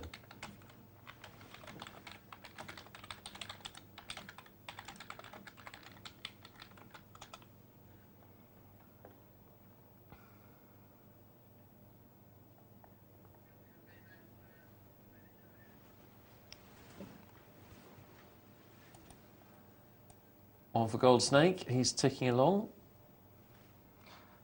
Can you say hello to the Hoik Rugby Sevens, Nick? Hello, Hoik Rugby Sevens. Can I be honest about something? I really don't like rugby. Me neither. Please don't hate me, Hoik. We've got to have some differences. I love you. I just don't like rugby. The problem with rugby is, if you're big and quick, you're good at rugby, aren't you? Yeah. It's not really that skill-based. If you're 14 stone, you can run 100 metres in 11 seconds, then you're a good rugby player. You have to be quite scary looking. I know any rugby fans will hate me. I've got into trouble. This is an email from Hoik. Hoik Balls, his full name is. Don't like to use that word on Jesus' special day, but I have. Happy Easter, he says. Happy Easter to you too. Nick, you were kind enough to give an excellent summary of a beginner's guide to poker the other night. I just can't get enough of the poker magic that flows from your brain. Hoik, I love you and I love rugby. I proved I learned something because I managed to come first in the Poker Night Live League game on Monday night on the show. Woohoo! I'm sorry I missed it, Hoik. Congratulations. I'm glad I could help. Quick question. Any tips on how to spend a couple of weeks in Vegas? Where are all the Diddy players? And Hoik's also provided us with a joke, which is very long, and we might read out later, Hoik. But for now, how to spend a couple of weeks in Vegas? Well, drunk is one way. The other way is playing wall-to-wall poker for as many hours as you can. As regular viewers of the show will know, I was lucky enough to spend a lot of time in Vegas about 4 or 5 years ago. Lived there for sort of 3-month spells off and on for a couple of years, playing poker. And I can't think of a better place to spend time. In terms of playing poker, the scene's very much changed. I actually haven't been to Vegas for 3 or 4 years. I kind of Vegased myself out. And it has completely changed. When I was there were only maybe 6 or 7 poker rooms, and only 2 really serious poker rooms, actually, the Bellagio and the Mirage. But now, since the poker explosion, every major casino on the Strip has a poker room. The Venetian has just opened, I think, the biggest poker room. Caesar's Palace opened a poker room after 20 years of not having one this year. So they've all got them. So I'm afraid it's very hard for me to point you in the right directions. I haven't been for a year or 2. I would imagine, Hoik, that almost anywhere will have bad players because there are a lot of bad players in poker now. And that's not to be offensive, it's just that a lot of people are learning the game. So the level has gone down and you should be fine everywhere. I would avoid the smaller casinos. There's a couple of casinos like Circus and Stardust have small poker rooms where locals play, and they play very low limits, but they're very, very good. Also, when I was there, the Mirage poker room, low limits, they're very good. But shop around. It doesn't take that long sitting in a poker game to know whether you're in a good game or not. There's now plenty of games in Vegas, so do shop around. And for non-poker activities, go to the Peppermill for a taste of Old Vegas. It's like really classy Old Vegas bar and restaurant. Great place for a date, or great place if you just want to eat. That's my tip that isn't in many of the guidebooks for you. This is from Pompey Fan. Thanks, Pompey Fan. Cheers to the great show as usual. Just wondering what I should do when I get dealt ace-king and don't hit it on the flop. My current play would be to raise 3 and 5 times the big blind, depending on my position. Pre-flop, but after the flop I'm confused to what to do. Should I check and hope that I get a chance to hit the turn, and should I make a continuation bet? Get Nick to tidy up his chips. They are tidy. What's the problem? I'm hurt by that. 2 perfectly formed stacks. I'm going to mess them up now. I'm so childish. Pompey Fan, ace-king can be a tricky one, and on the show we see a lot of people lose a lot of chips, a lot of money with ace-king after the flop. Obviously, the reality is, if you miss the flop, you've got ace-high. Go back to your poker hand rankings. Ace-high is the lowest hand you can have, or a high card's the lowest hand you can have. So clearly, if we're going to bet, we're not doing it on the strength of our cards anymore. Before the flop, it was one of the better hands you could have. After the flop, you've missed. That's gone wrong. So when we're betting, we're actually betting as a bluff. Now, if you want to view it as a semi-bluff, because you might hit a king or an ace on the turn, that's fine. But it is really a bluff. So you want to apply the criteria you'd apply to any bluff, which is that you want it to work, obviously. You want the other players to throw their hands away. So 2 or 3 key criteria for that to be true. One is the number of opponents you have. If your head's up, you should almost always bet having raised before the flop, I believe, because they don't know what you have. It's a continuation bet. You're familiar with that term, so you know what that is. You've raised before the flop, so you may have aces, you may have kings, and you may get them to put their hand down. Two opponents, I would also usually bet. More than 2 opponents, that's where I draw the dividing line. Then you want to be more cautious, because you're starting to get into territory where it's very likely that somebody's caught something with the flop. Position also affects it. If you're in last position and your opponent or opponents have checked, you should be more likely to bet, because it means that they may well have missed the flop. And then, of course, you need to bear in mind what the flop is. If it's an unscary flop, say it's like a 7-4-2 of mixed suits, well, think about what's happened. You've made a raise and your opponent's called that raise. So for him to call that raise, he's got to have something. Now, he's reasonably unlikely to have anything that connects with a flop of 7-4-2 offsuit. So you can pretty confidently think you may well still have the best hand. You can go ahead and bet. Contrast that with if the flop comes Jack 10-9 with 2 of 1 suit. Then we're worried about that flop, right? Because players will play hands like Jack 10, they'll play 10-9, they'll play 2 of 1 suit, they'll play a pair of 9s, a pair of 10s, a pair of jacks. There's lots of possibilities of hands that can beat you. So then you'd be more inclined to check. So you need to consider a few factors Pompey fan, and don't do it automatically. Sometimes you should bet, sometimes you shouldn't, based on factors. For those of you fans of The Office. Quick one from Josh. I probably shouldn't read this out, actually. My mum's obviously found out how to work the email. Nick, you're a comic genius. You should release a stand-up DVD teaching poker. I've got I've got 2 sales, Josh and my mum. Brilliant. Woo! Lyndsay's made a pair. Lyndsay, can you not let cats out of bags all over the place, please? Oh, I was so stressed then. It's exciting, isn't it? And just think, quite soon you'll know what's happened. Could be anything, couldn't it? Could be anything. Stay tuned. Lyndsay, be calm, all right? Pretend like it's gone badly. Joshua also wants to know if I play live games, because he'd like to play against me. I do play live games sometimes, nowhere near as much as I'd like, because I have lots of commitments. I end up playing online all the time because it's so much easier. But I do sometimes play in London at the Gut Shot, and also sometimes at the Vic. And I also sometimes visit Newcastle because I love playing there, and I have friends and family up there. So Aspers I'm going to play at actually first week of May if you're up there. But yeah, I play sometimes. We're going to get back to a game, I think, while Lyndsay calms down. Keep the emails coming in, please, guys. poker@pokernightlivec.co.uk. Great response. We want lots more. You know how much we love getting them. Oh, Bradley, bless, he says, Boom Song should take a leaf out of your book. Well, you've got to be better than Boom Song, bless him. A bargain at £8 million. Well done, Mr. Souness. Let's get to a game, shall we? And I'll calm Lyndsay down. I am actually... Okay. Oh. High five. Multi-table tournament. Just high-fiving there for that good fold you made, Lyndsay, yes, with the ace king. A good fold, good fold. Good fold. I hope you do well in the rest of the tournament. Yes, I do too. Can you not? I know you're excited, but can you not lower the property value? I'm now wrecking the place. Yeah. Our multi-table tournament, there are 47 players left. That's what you're watching now, as promised, dipping into it from time to time, and we'll see the final table later on. And Lyndsay's going to be back with us in a second, but just to wrap up, 47 players left. Over 6 tables. The average stack now is 4,500. That's where you want to be, above that, if you're going to be ahead of the game in this one. And the big stack, the chip leader at the moment, is sitting in seat 2 there, terminates... with over 9,000. Over 9,000. Are you all right, sweetheart? I'm all right now. You literally... Quite calm now. You had a little flush. Oh, yeah.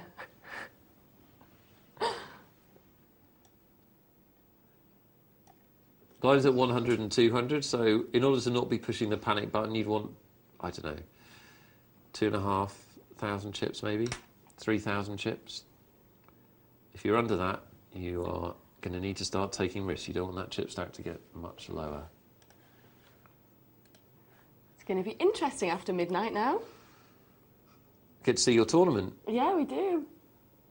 Which it sounds like went terribly. It did. Yeah. It was a shout, as usual. I didn't even get into the money. Never do I?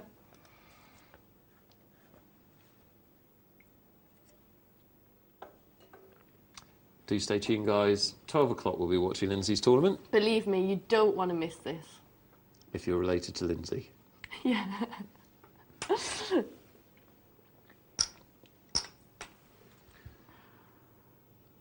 Jack 8 for Ugly Cow 42. Oh. Harsh, isn't it? Yeah, very.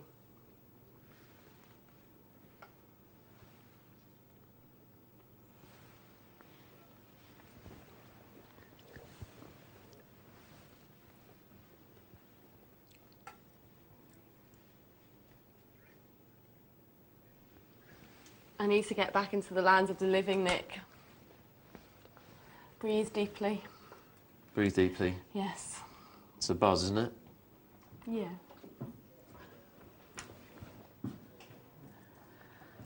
So, we've got 47 left, is that right? We have, or we did have about 5-10 minutes ago. So we're getting towards the business end. More than We half are. the field's gone. It's top 10 places paid. And lots of prize money in this tournament because $2,000 was added. So first place for a $10 buy-in is going to get $930, which is a Fantastic, yeah. Amazing return. Many investments where you can get 93 times your money back, aren't there? And top 10 places, 10th place, 46.50. Still a nice little price for finishing in 10th.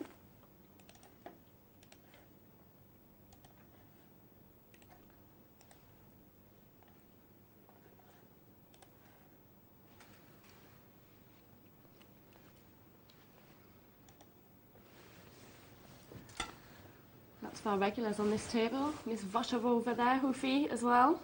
Yes. And Jack the cat. Miss Votov emailed in a couple of nights ago to say she was having a bad run, so I hope that's turned round. Let's see how she gets on. I think we actually advised her to take a break. It's good to see her following that up. It's nice to know people listen to all of your advice, Nick. Let me tell you, somebody thinks I should do a stand-up DVD of poker. Who? You? Josh. No, Josh, who emailed in, my new best friend. You should. That would be interesting. It would be terrible, I think, to be honest. Still, look at this great situation for Wabbits.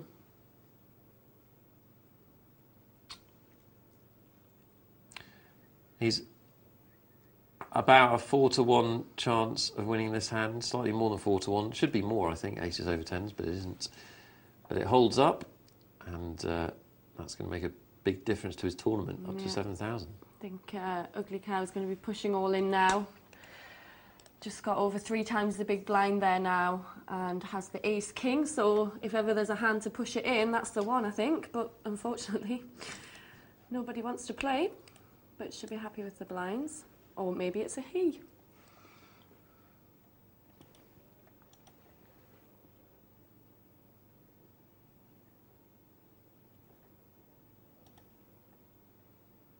King 10, just a call.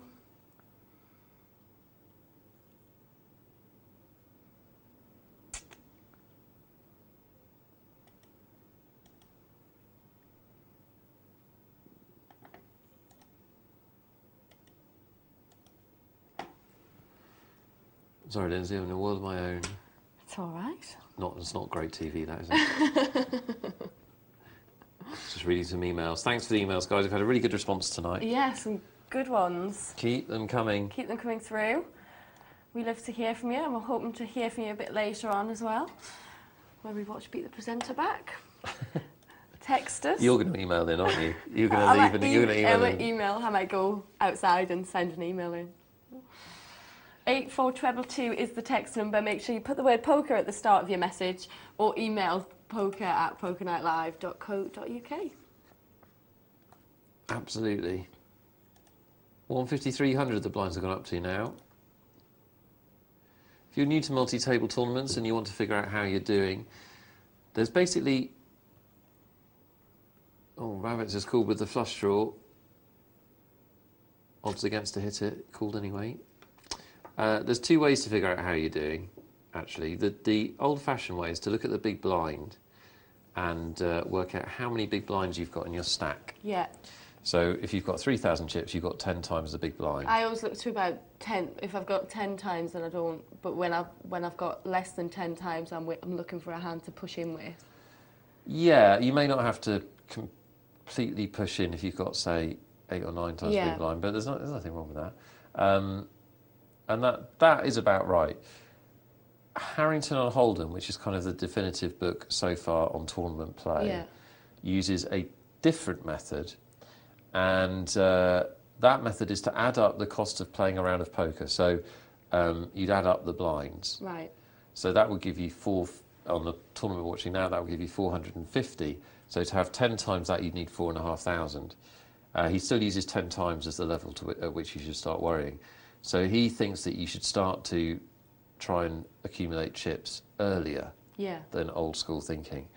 And I think that is probably good advice. People do wait too long to try and make their moves. I think that it's less applicable in things like the one tournament you played, because there's less time and everybody, is panicking anyway. The blinds do go up so quickly in those sit and goes. They do. They do. Everybody's sort of on default, get lots of chips mode pretty quickly. Yes. Apart from the presenter ones where nobody plays at all. Oh, they're so tight, it's untrue. They are so tight. But yeah, 2 different ways to give you a rule of thumb as to how you're doing. See what works for you. But definitely, whatever you use to calculate your progress, do not let your chip stack get too low. It's the #1 mistake that people make in multi-table tournaments.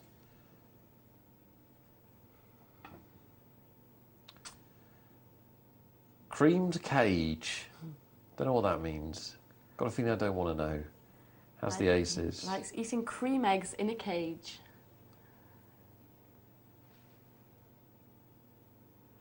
For Easter. These links to Easter are getting a bit tenuous now. They are, aren't they? I've since childhood been genuinely fascinated by Easter because I don't understand it at all. It's like all the other stuff that everybody wants to celebrate, but there's nowhere else to put it. Yeah. So it's like death and resurrection of our Lord, obviously, that's a given. But then also rabbits. Yeah.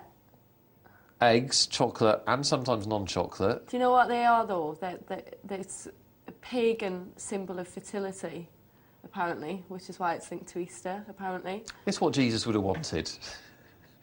And the pagan god of fertility was called Nigel. Ostra or something, Ostra. Which is where they get Easter from. Seriously? Yes.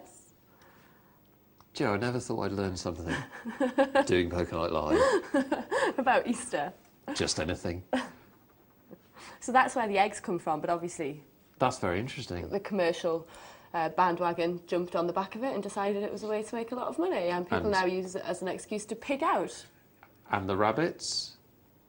I think the rabbits are a symbol of fertility. Oh as well. dear, Hoofy. Oh, and he outdraws him. Look at that. Hoofy ahead before the flop. Ugly Cow makes the straight on the turn, and then Hoofy makes the full house on the river, and justice is done. Yes. Best hand took it down.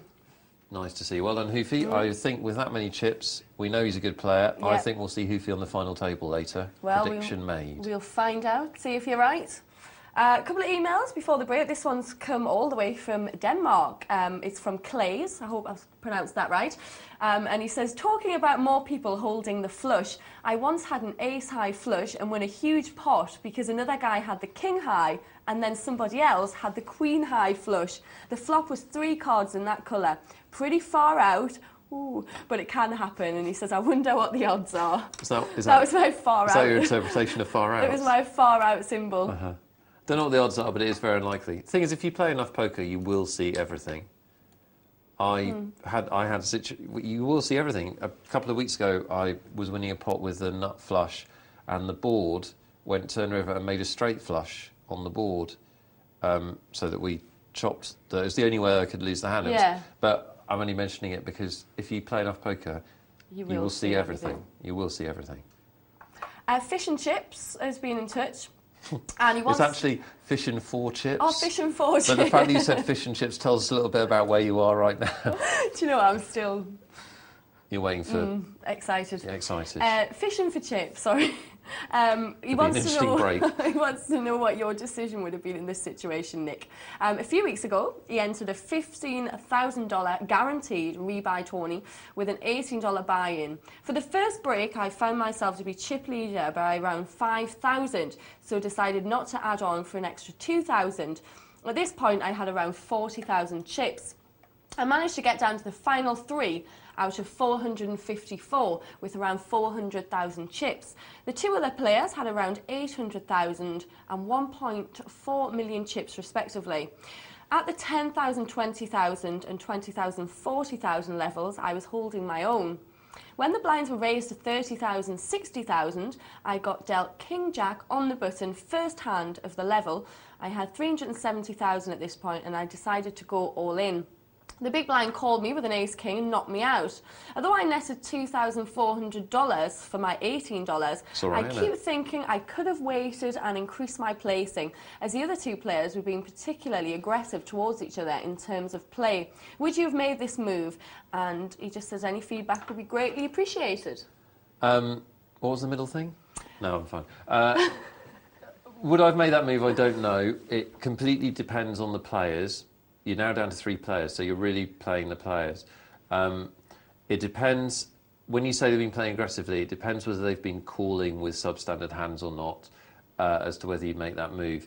Basically, you've got 370,000 chips left, and the blinds are 30 and 60,000, which is massive blinds. I was thinking that when I was reading it. Yeah, so it's, as ever, it's a difficult balancing act. The strategy you've hinted at, actually, if they ever repeat the commentators tournament, I used this strategy in the commentators tournament, which is when you're three-handed, is to sit back and let the other two fight it out, because you're hoping they get involved in the pot and then you get through to the heads up. The problem with the strategy in your situation is that you don't have a huge amount of chips. If you had more chips and the other two are playing aggressively, definitely it's a good plan. But when the blinds are eating you up... When the blinds are so high, yeah, they're really a problem for your stack. You've got to make a move at some point. Now, whether that was the right point to make the move or not, very difficult to say. The problem is that we're, as ever in poker analysis, we're acting in retrospect, aren't we? Because if the guy in the big blind's got, 4-2, he's going to fold, you're going to take the pot with King Jack, and this situation, you're never going to email about it. And you do, when you're three-handed, think King Jack's a great hand.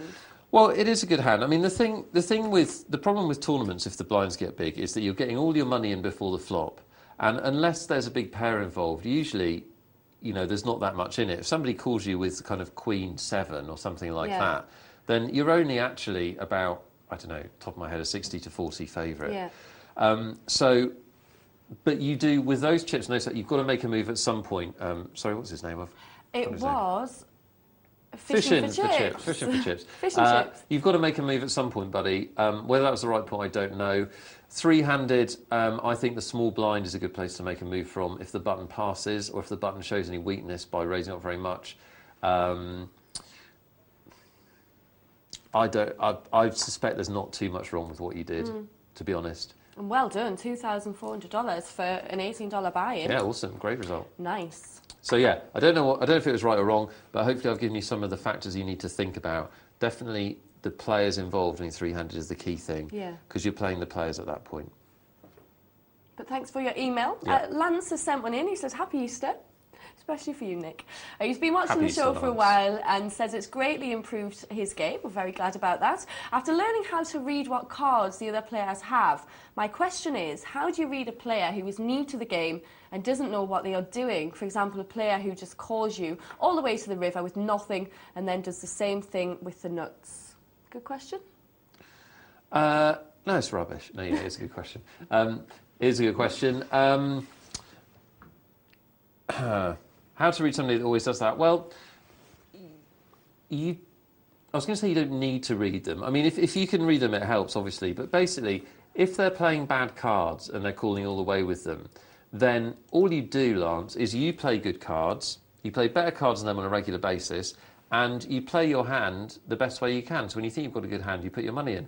Now, sometimes they will have the nuts and they'll beat you in a pot. You just have to accept that. Because most of the time they won't. Most of the time they'll have bad cards and they'll pay you off. So you always need to read your opponents. I don't want you to start thinking that you don't have to. But in that specific situation with a player that's disappointing, isn't it? With a player that is that bad, you don't have to worry about reading them so much. A, because it's very difficult if they're always going to play the same way, you're right. But B, because if they're playing bad cards, you'll make profit on that player anyway, without worrying too much about what they've got. Sometimes they hit freaky cards and they'll get lucky, sometimes they won't. And I'd actually be surprised if they were playing exactly the same. Look for little differences. The amount of time it takes them to make... it takes them to make... What if I'm always like this now? Were you drinking when I was playing and beat the presenter? That's my... No, but... I would be surprised if there weren't some clues, Lance. People do vary their bets, even people that just call all the time. And the other thing to do is when you haven't got the goods, don't bet. This is a mistake we see. Even you'll see on the World Poker Tour or World Series of Poker, top players make this mistake. They try and bluff bad players. Don't bet unless you've got a good hand. It sounds so simple, but it's so easy to go wrong. Good luck. Thanks for your email. Hope that's helped you out, Lance. Keep your emails and texts coming through 84222 with the word poker. And the email, poker@pokernightlive.co.uk. We're going to take a break now. What's happening after the break, When we come Lyndsay? back, is beat the presenter. And I'm going to be grinning like a Cheshire cat, hopefully, but I'm not giving anything away. No, you're not doing that. No danger of that. Break.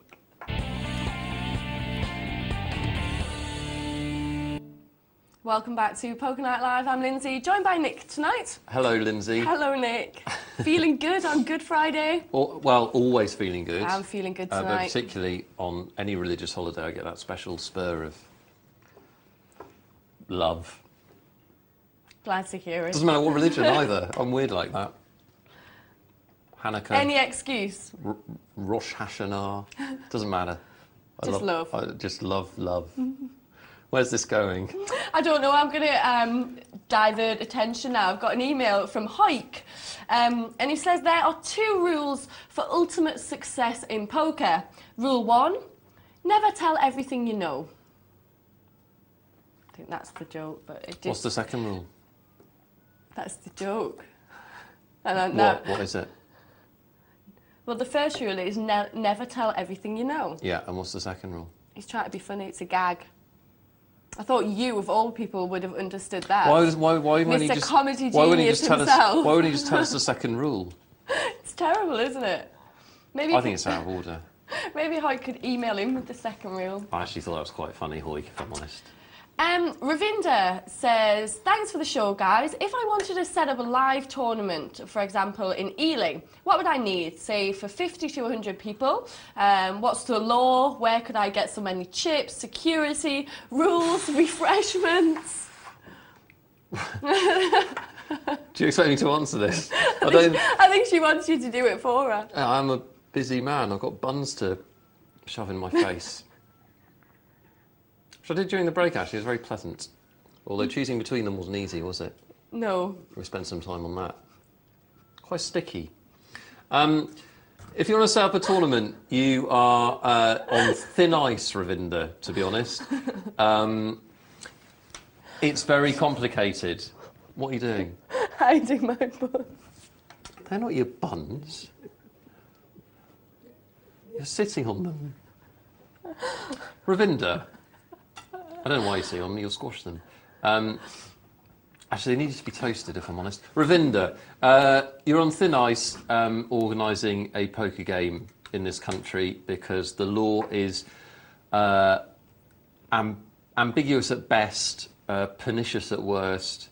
I mean, literally, a casino was raided, a card room was raided in Northern Ireland last month, a card room that's been running for years.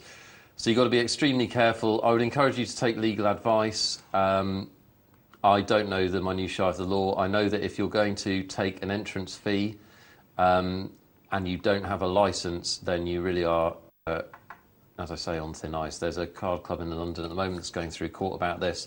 My advice would be to see a lawyer that knows about such things and not to get your hopes up because it's extremely likely that you will have a problem doing it. If it's not for money, if it's just a private game... Or play at home with friends. Yeah, if you're playing at home with friends, it doesn't sound like that's what Ravinder wants to do, but if it's not for money, if you're not trying to make money out of it and if you're not awarding cash prizes, then I think you're fine. But as soon as money starts to be involved, you're getting into gaming legislation. So take some advice from a professional lawyer. That's all I can do for you, I'm afraid. But thanks for your email. I will pass out vol-au-vents. I don't really think I'm being completely unhelpful. I'll even play in it. Please do keep your questions coming through. We've had a great response from you tonight, but keep sending them through. We're here till 2 o'clock. You can text us. Just put the word poker at the start of your message and send them to 84222 or email poker@pokernightlive.co.uk. We've got my tournament ready to go, I'm being told. It's exciting, Lyndsay. Beat the presenter game. Your special presenting tournament. Should we have a look? Let's see how it went, I wonder. If you were watching before the break, you may have picked up on a couple of subtle clues. Here we are, the Hornemeister General in seat 4. Yes.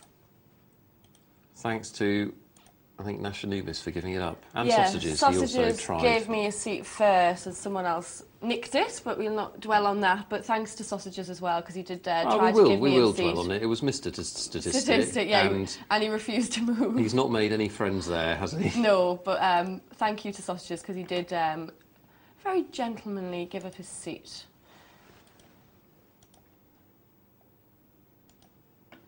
So, up to this tournament, Linz. Yes. How many have you played in? 4, I think. This is number 4, is it? No, this is number 5. Number 5. 2. Okay, I'm regretting asking now. I'm trying to remember. Yeah, let's say it's 5. Yeah, about that. But I haven't come in the money yet. Just to point that out. Will tonight be the night? Will you break your duck? Hopefully. Can you remember my main problems from last time? No. Were you not taking notes? I can barely remember what I had for lunch. Play with bad aces. I think that was it. Them. Very good. Playing with bad aces. You're absolutely right. I remember now. And was there another one? I can't remember. That was definitely one of them. Okay, yeah, no, you're right. That was one of them. Probably not being aggressive enough later on. I don't know. So there we go. I seem to remember you didn't play too badly last time. I got a bit unlucky, actually. I know you didn't cash, but the interesting thing, obviously, we know that we don't know how well you've done. We know from certain noises before the break you've done quite well. The interesting thing is, it's perfectly possible that you've played worse tonight than other nights. Yeah. Or you might have played better, we don't know yet. But the thing, when you analyse your own poker games at home, guys, don't worry about the result. You need to analyse your decision making. So here Lyndsay's picked up queens and has re-raised, which is correct. I think you can also just call there if you want to. Re-raising is always good though. This is Mr. Statistic who sat in that seat because he wanted to play Beat the Presenter and then folded. And he can't beat the presenter. That was quite satisfying. It's karma, isn't it? Yeah. Took your seat, and now you've taken his chips. He gets dealt the same hand. Yeah. Ace Jack again. He's going to try it again. Lyndsay with a pair of 6s. Well played. I may have called for 20 if he hadn't raised. That would be fine. Obviously, the thing about the raise is not only is it now 80 to play, the key point is he's obviously saying he has a good hand. Yeah. You've got no way of knowing what that good hand is. If it's a bigger pair than yours, you're in terrible trouble. So who have we got that we know? Name exists, I've seen play. Hay says hi. Nick as well. Don't think I've ever played with Bradley before. Or Stoner Bus. It's great though because you get most of our regular players in the chat box even when they're not playing. Yes. Were they being nice to you? They were, yes. Double Top even said he'd get his wife to move out if I moved in. What a beautiful story. Is Double Top the one that was in love with you before, or was he in love with somebody else? Double Top's definitely got a track record with somebody. He's normally quite, what's the word? Desperate. Not rude. He insinuates certain Lewd. things in the chat box. Settle down, way. Double Top. And if you're Double Top's wife, condolences. Yeah, good luck. It's poker@pokernightllive.co.uk, guys. If you were playing in this game or watching this game, we'd love to hear from you. What did you think? What do you think of Lyndsay's play?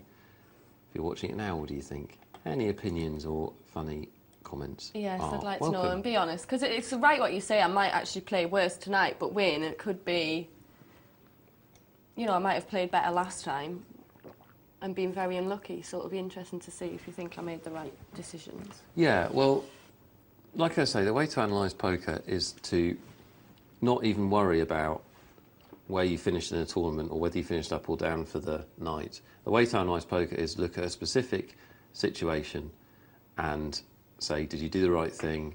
Yes or no? Are there improvements that you can make yourself? You can then draw some overall conclusions. Yeah.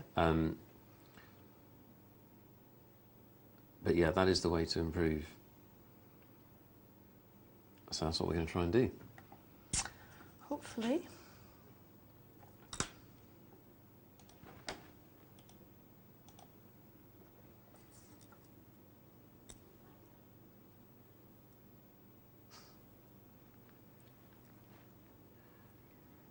Jacks for Bradley. And that's actually quite a good flop for Jacks. A lot of the time with jacks, you will see overcard on the flop. But seeing there's two overcards, I mean, that's a great flop. It's statistically incredibly unlikely that Name Exists has a queen. And that's actually quite a bad check by Bradley, I think. I think he should bet there. Unless he plans to check raise. If he plans to check raise, let's see. He does plan to check raise. OK. Forgive me, Bradley, for my criticism. It was premature. It's a good flop check raise. Very strong flop for jacks, queen, queen, 4, because you're really only scared of aces, kings, or a queen. All of those hands are reasonably unlikely. Yeah. So, and, you know, somebody having, as I said, somebody having a queen in their hand is very unlikely. So your jacks are very strong. Mr. Statistic. Yes. The stat man. Do you remember that song, They Call Me Mr. Boombastic, yes, from the late 80s? Shaggy. Yes. It's like a pokery, nerdy version of that. They call me Mr. Statistic. That's very good, actually. Thanks, Liz. It's like, Mr. Statistic is the nerdy version of Mr. Bombastic. Brilliant, isn't it? It is. It's... I think it could chart this Christmas. Yeah, Poker's big. It could. Let's do it. Well, he's taken down a pot. I don't know why I'm giving him any publicity, to be honest, after he stole your seat. Yes. He should be a pariah. He actually stole Sausage's seat, really. Well, it's still thieving, isn't it? Yes.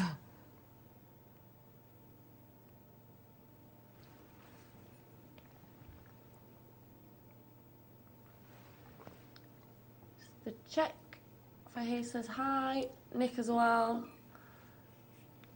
And the bet from Name Exists. That's a good example of what I was talking about earlier, which was a very simple concept of using your position in an aggressive way. Two players have checked, so they've said that their cards are weak.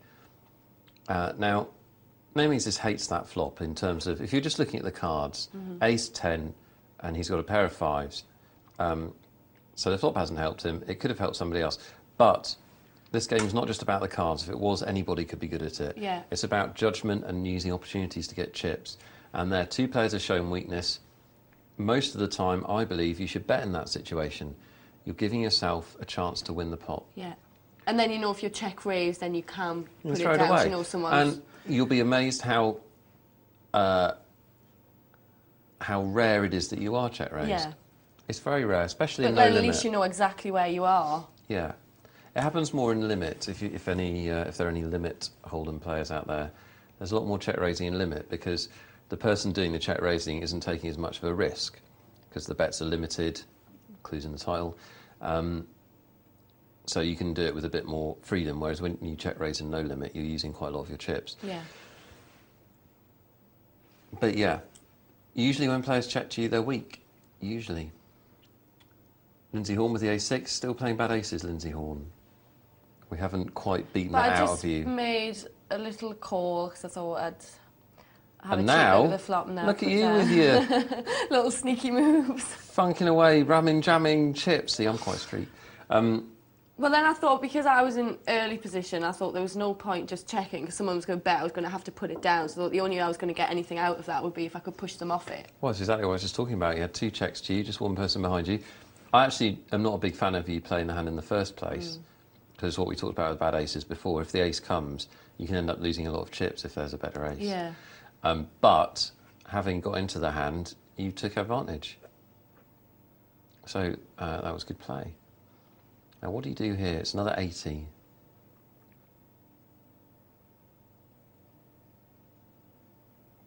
Could have maybe had luck, could I? You could have done. As we can see, you would have been in trouble if clubs had come because Stone of Us did have two bigger ones, as we were talking about earlier, with the flush emails. I'm never going to criticise anybody for throwing away a hand in the big blind. I think players do get into trouble when they do that.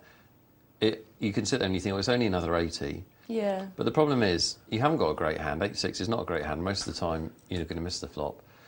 and you're out of position. And all those little 80s add up. They do. If you keep doing it. Well, it's in the context of this game, it's not little, is it? It's 8%, Yeah. 10% almost of your chip stack. I guess it's the same as making up the small blind, thinking, oh, well, it's only... Yeah. But it's still, if you keep doing it with Absolutely. rubbish hands, it's going to add up. You've got to have respect for your chips. So yeah, I've got no problem with you throwing that way.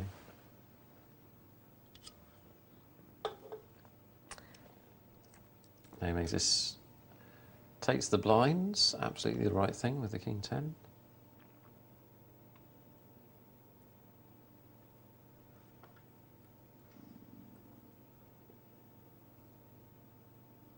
Up to 40, 80. They, honestly, before, you don't even get a chance to think about it, then you have a look and the blinds are 160, 320. Yeah, it's very fast, isn't it? You can play in all kinds of poker games, guys. Some poker tournaments last 5, 6, 7 days. This is fast. It's good though, because you've got to be on the ball from the word go. There's no sort of sitting there thinking, oh, I'm just going to relax. Slowly get into a rhythm, because before you know it, the blinds are so high, you have to be prepared to pounce. Nice. You're a poker animal, Lyndsay. I am. Grr. Grr.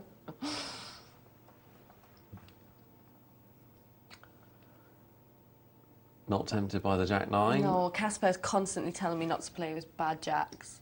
He hates Bad them. He jacks. says, I like matches, don't play with them. That's fair. They're pretty ropey. Well, if we're not going to play with bad aces, we're certainly not going to play with bad jacks, are we? Yeah. A lot of people do, though. Do you know, when you play bad, people see the ace and they get carried away with it. I know. Yeah, they do. I do a lot, but when we watch the games back, you see a lot of other people doing it as well. Pair of eights, Lyndsay. And she's going to play them strongly. And you're going to have another confrontation, it looks like, with Mr. Boombastic in seat 1. Oh, you've got him riled. I've had him up before, I think. Should I? Shouldn't I? Were you tempted to? Shouldn't I? Yeah, I was tempted, but I just thought it was such a strong move from him. I know how tightly they play on these TV tables, and I just thought it wasn't worth it with a pair of eights. Thing is... to go out first again, that was one. Well, you've done absolutely the right thing. You've got no way of knowing what he's got, and if he's got a bigger pair than you, you're a 4-1 underdog, and your tournament's probably over. Your best case scenario is actually what it was, which is that he's got 2 big cards, in which case it's more or less 50-50. Yeah. So if you've got 2, because he's not bluffing. Yeah. You know, and he didn't just re-raise me; he stuck all these chips in. Right. So he's either got a pair bigger than yours, or he's got 2 big cards. So your 2 possible outcomes are you're a 4-1 underdog, or it's 50-50. Yeah, it's not well, worth that's not going good, out, is it? No. Neither of those are the situation we're looking for. So basically, if you call there, you're gambling, and you know you did the right thing by throwing it away, because you still got 800 chips. Was I right to put in the raise in the first place? So on.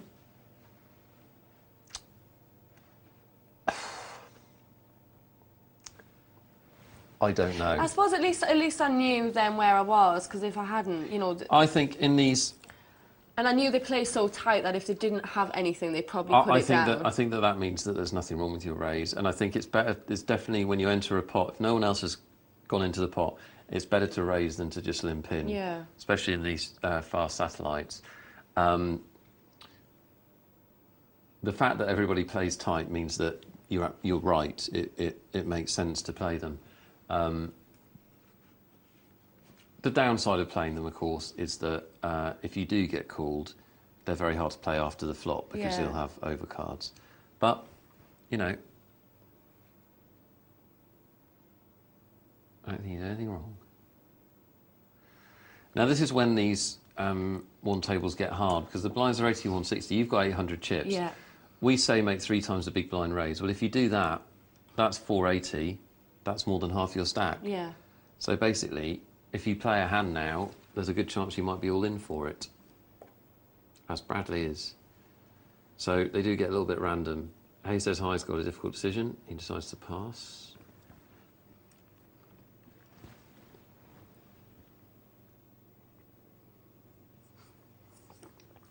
this is the time when you're sitting waiting for decent cards, and you get lovely hands like 4-3.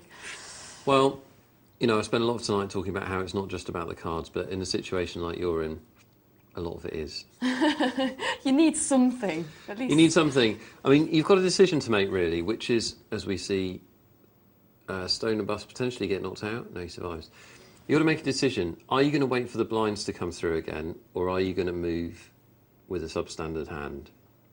That's the decision you make. If the blinds come through again, that's two... Well, if they don't double, they may even be due to double. I was tempted here. Yeah, I'd have been tempted there.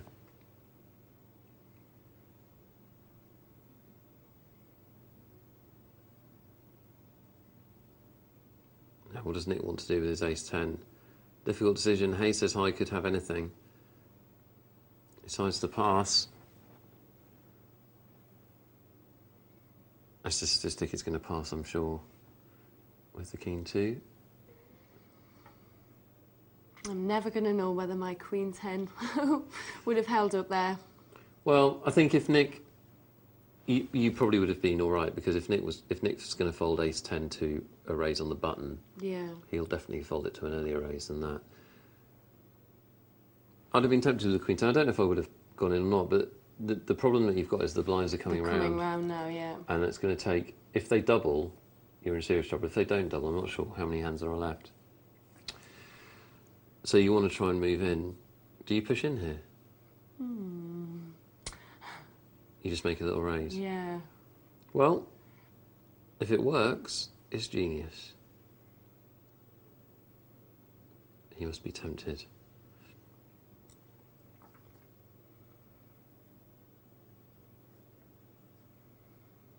Oh, tempting for doing this.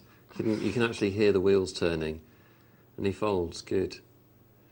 Well, it's good that you made a move. Definitely. You know, you don't want to sit there through again, really. And king 10, it's not an amazing hand, but if you do get called, you've got a bit of backup, haven't you? You've got a chance. So I think you did the right thing there. I've paid for another round. Yeah. I think probably you should have pushed in, probably. But having said that, doubling the big blind worked, didn't it? So it did the job for less money, so it can't be that bad, can it? Yeah, it was a bit pointless, really, because if neither of this had gone in, then I would have had to call anyway, so after I'd pushed that much in.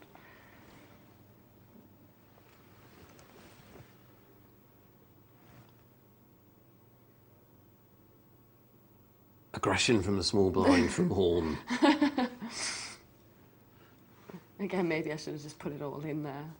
With a bad ace again, goodness me. No, but you see, this is where it's situational. I'm sure you know. And it was heads up, so it was obviously an ace. Heads up is a lot better than... Yeah, you've got to remember, when we're talking about bad aces, we're talking about you playing them out of position or in early on. In that situation, the big blind's got 2 random cards. Yeah. So if you think about it that way, the chances of him having a better hand than you with 2 random cards, very remote. Yeah. So you've probably got the best hand. So, and you did the right thing, you put him to the test. There's nothing wrong with that at all, it's good. Ace-Jack versus sevens here. Sevens a tiny favourite, but basically a 50-50. And now the sevens are a big favourite. Any ace or a jack, or a queen now, would win it for Nick. Doesn't happen, namely this doubles up. Nick's crippled.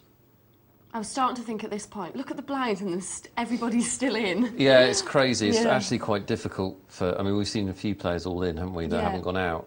It's quite difficult to get to this point with everyone in. Well done, everyone. Well done for hanging in there. Were you still worried about going out first? Yes. Yeah, I would be. It's terrible. Though, see, TEM takes that same philosophy with a much worse hand that we talked about in your situation. Queen 3. Now, he's not doing that on the strength of his cards. He's doing that because it's very likely Hay Says High doesn't have a hand he can call with. And this is what I mean about thinking in tournaments. You have to think outside the cards that you're dealt. A statistic finds a real hand. Pair of tens. Decent hand. Nick was all in for the big blind. So he had no choice. He's a 4. He does. He's gone. You're not last. Not, yeah. Hooray! So that was an achievement in itself at this point. Always an achievement.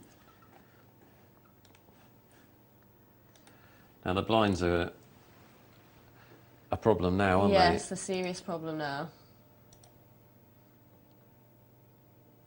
You've basically got... one hand. Yeah. 9-6, what are you going to do? Folds.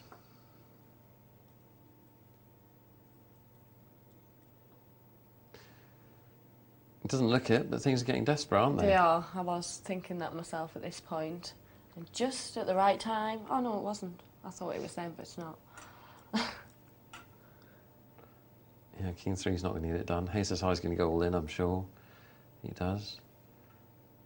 And you can't really call. I think I made the best comeback in poker history. You do call. Tell me all about that, Lyndsay.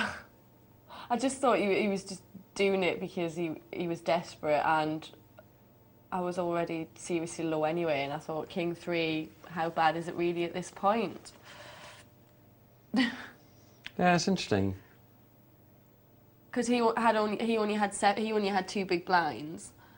Yeah. And because I'd had to pay anyway. Yeah, but and now you've gone all in with King 9. Right, you've hit. You were ahead anyway, but now you've hit. An 8 or a 10. No. Double up. Back in the game. Back in it. The problem is, you see, your analysis was right about him going all in. Yeah. But the thing is, you still got King 3.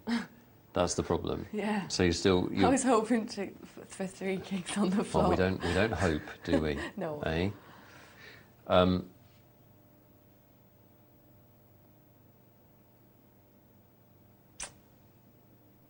Unlucky for Bradley. Mr. Statistic's going to take this one. Still taking your emails, guys. Got an hour and a half left, so plenty of time to get them in. Yes, if you'd like to comment on the Beat the Presenter tourney as well, get in touch with us. 84222 is the text number. Put the word poker at the start of your message, or email poker@pokernightlive.co.uk. Have you got a massive Easter egg? Do you know I've not got one Easter egg? Neither have I. Not one. When are you supposed to get them? Is it Sunday? I don't know. I don't know, but I've not got one. No.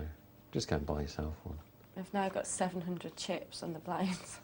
A 160, 320. It's not a good scenario. It's not good, but we are down to 6 players.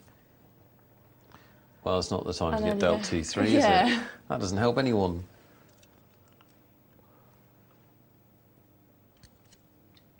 The problem now, of course, is that you're going to be very fortunate if you put your chips in and they fold. So you're probably going to be called. 8-2 is so bad that you, again... I just thought I might as well wait. And just hope it's better than that.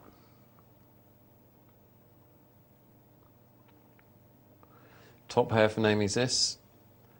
Stoner is in serious trouble, needs an 8 or a 6 or a 9. That would appear to be an 8. Yes. Very fortunate for Stoner, makes the straight. Thank you, I said. Lyndsay's got a real hand. Just at the right time. I had some shockers, though. That's a lifesaver. I had some shockers. And Tem has also given you a customer for your Yes. Ace-King. There we go. So you're probably about a, I don't know, 70% favourite in this hand. And there's a split. Got the straight. Both got the straight. Yeah. That's unfortunate. Was. Were you slightly annoyed? Not really, because I thought, well, at least I didn't lose the pot. I'd rather get something than lose it. Nice attitude. I was thinking on the positive side, although it was very lucky. So things are desperate now. 10-4, 460 chips left. Threw it away. I think you kind of had to. Such a bad hand.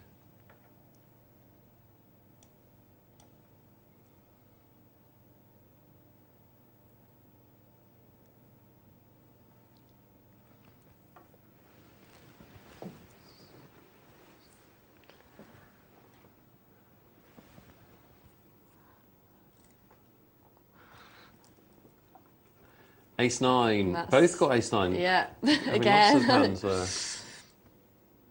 Again, I thought at least I didn't lose the pot.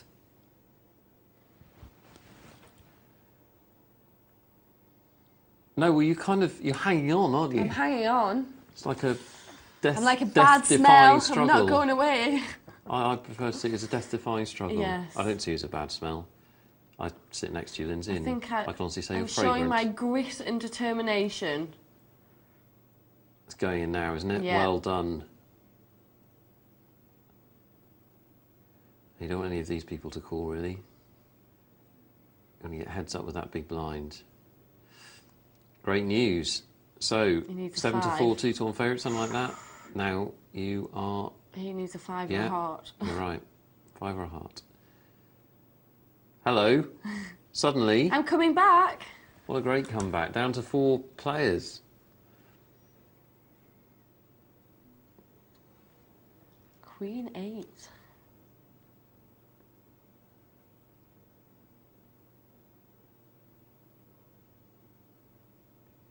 I had to think there because I thought it's heads up. I'm still, even though I've come back a little bit, I'm still a bit desperate.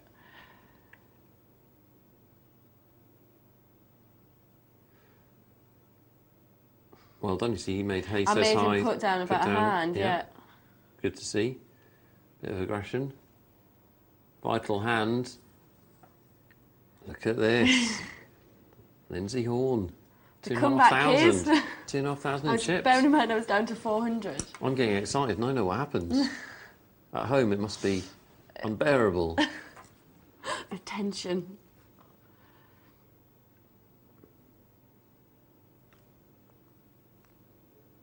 It's like deal or no deal, but without the beardy dwarf. Just goes to show, never give up, even if you've just got one big blind left. Absolutely, no limit hold'em, never give up. Things can really change, just takes a couple of hands, doesn't it?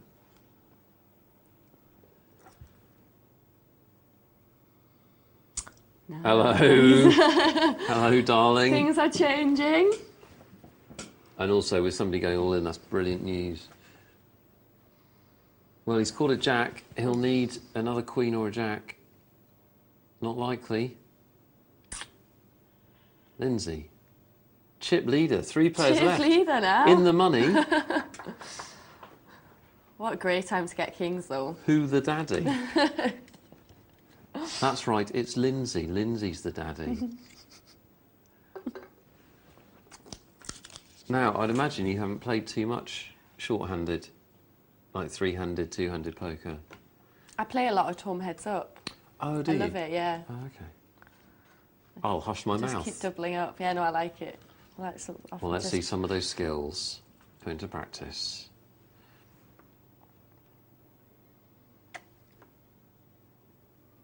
He's all in with his queen too. And this was bad for me. Yeah, I mean, this is the randomness of the game with the blinds like this. You're just going to end up in these situations where you just have to hope to catch cards. And now it's very competitive. Look at this. Everybody's got the same, more or less the same stacks. And that's a pretty good hand at this stage of the game, isn't it? In it goes. Horrible situation for Mr. Statistic. He's getting 3 to 1 on his call, but you've got him in a dominated hand, and now he can't win. And there's my king. Lyndsay. Oh, and he got his 6 on the river, but it wasn't enough. Well, he shouldn't have taken your seat. Yeah. That'll Good teach point. him. What goes around comes around. Now, obviously, you're cheering for Stoner here. Yeah. Mr. Statistic. He's hanging on. I do long division, fractions, something like that, isn't it? Look at the blinds. Yeah, they're crazy now. We're playing crazy poker. Mr. Statistic is hanging on. Oh, that was nice. Your heads up. Unless he gets an ace. Heads up it is. Bye, Mr. Boombastic. There's no stopping Lyndsay. Heads up now. Bye, Mr. Boombastic. We'll see you for the Christmas single. Heads up for the money. Now that's going to cost you another 1,000 to call, so you kind of have to, don't you? Unfortunately, you'll need an 8. Would you look at that? Oh! Step back. We have a winner.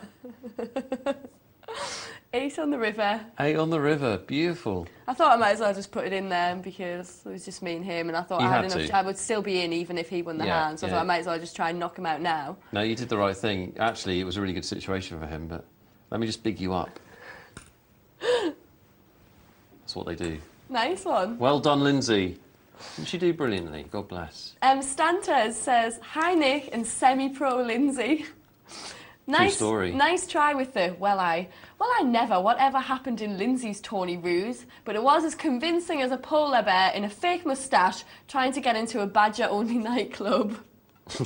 More convincing, though, was Miss Horne's delight at losing her second goal virginity, the last bastion. Well done, Lyndsay, and hope you enjoyed it. And he says, thanks for your advice the other night, Nick. Pleasure. Glad it helped, obviously did. I enjoyed that. You're a winner. Yeah. Awesome. This one is from Mark, who says, I played with you, Nick, 2 weeks ago at the gut shot. I was the guy in a red Arsenal T-shirt in the cash game. Yes, I remember. I was the first one to sit, and you asked me if I wanted to play heads. I was thinking, hell no, that man's a pro. Nick, about that game, I hope you remember the guy with the cap. He sat down with about 2,500 and bet the pot every hand. I was sitting next to him to his left, thank God. What can you say about his play and how did you play against him? Also, as I was sitting next to him most of the time, he didn't even look at his cards as he bet the pot, then on the flop he bet the pot again. I saw that you left the table after a while, but I was just wanted to play in the end and I lost to him. Grr. Talk to me, Nick. That's from Mark in London. Talk to us, Nick. I will talk to you, Mark. I'll also talk to the rest of the viewers, if that's all right. I do remember you, hello, and I remember the game as well. Just to fill in for the viewers, it was a game where the card club in question doesn't put a cap on the buy-in. Now, if you play online, almost all the games online will have a maximum buy-in, like the no-limit cash games we show have a maximum buy-in. It doesn't have a maximum buy-in. So the standard sit-down there is probably between sort of... people would sit down anything between 150, 200 up to maybe 400 pounds, something like that. I think I would sit down with about 300. And this guy sat down with, Mark says 2,500, it may have even been more, just sat down with this huge mountain of chips. And it clearly just come to gamble, and he was raising every hand. And I'm not saying that as an exaggeration, literally every hand. Sometimes without looking at his cards, sometimes with looking at his cards. Now, in some ways, that's a great situation because you've got somebody that's basically gambling and he's going to lose money doing that. And he was losing money doing that. But at the same time, he was prepared to put money in on every street. And, you know, it doesn't matter how somebody plays, at some point they're going to catch cards. So that's the problem. The other problem is that the game suddenly got much bigger because the blind level sets the game in a cash game. But if somebody's raising every hand pre-flop, it's actually a bigger cash game than it looks. You said it actually, Mark, you were sitting to his left. That's the seat I wanted. I had a bad seat. I was 2 to his right. And it's very difficult because he's acting behind you if you're sitting there. So it's very difficult to know what to play and how to play because you don't know what he's going to do. And he's really dictating the game. And you're right, I did get up. And it's because I couldn't get a seat that I wanted. And I wasn't prepared to put 1,500 quid down to bump heads with this guy. And it was interesting, actually, because I made a mistake. I don't know if you remember the hand. I flopped top pair, and he flopped 2 pair on me. And the problem with playing somebody like that is, because they're betting every single street, this is the value of aggression. It all links, you see. We're talking about aggression tonight. The value of aggression is, even though sometimes he didn't even look at his cards, and he was clearly there to gamble, because he was gambling aggressively, it creates a problem, because it's very difficult, almost impossible to know when he's got a hand and when he hasn't, because he's going to bet anyway. So you end up paying him off. I ended up paying him off with top pair, and he'd actually made 2 pair on me. Interestingly, I made a mistake. If you play him again, Mark, he looked away when he bet, and I think he even called his bet, which are both signs of strength. And I debated long and hard whether to call him. Eventually, I called him because he was betting so frequently, and I did have a decent hand. But he was giving off tells that he was strong. So if you play him again, look for that. I'll see you down there again at some point, I'm sure. Sounds like a nightmare. It was a nightmare, and people do often email in and say, how do you play against Yeah. maniacs? And he was a maniac. And the biggest problem was that he had so much money on the table, so he could bully everybody else on the table. On the internet and in some card rooms, you don't get into that situation because there's a maximum in the amount of money you can put down. So that stops that situation from happening.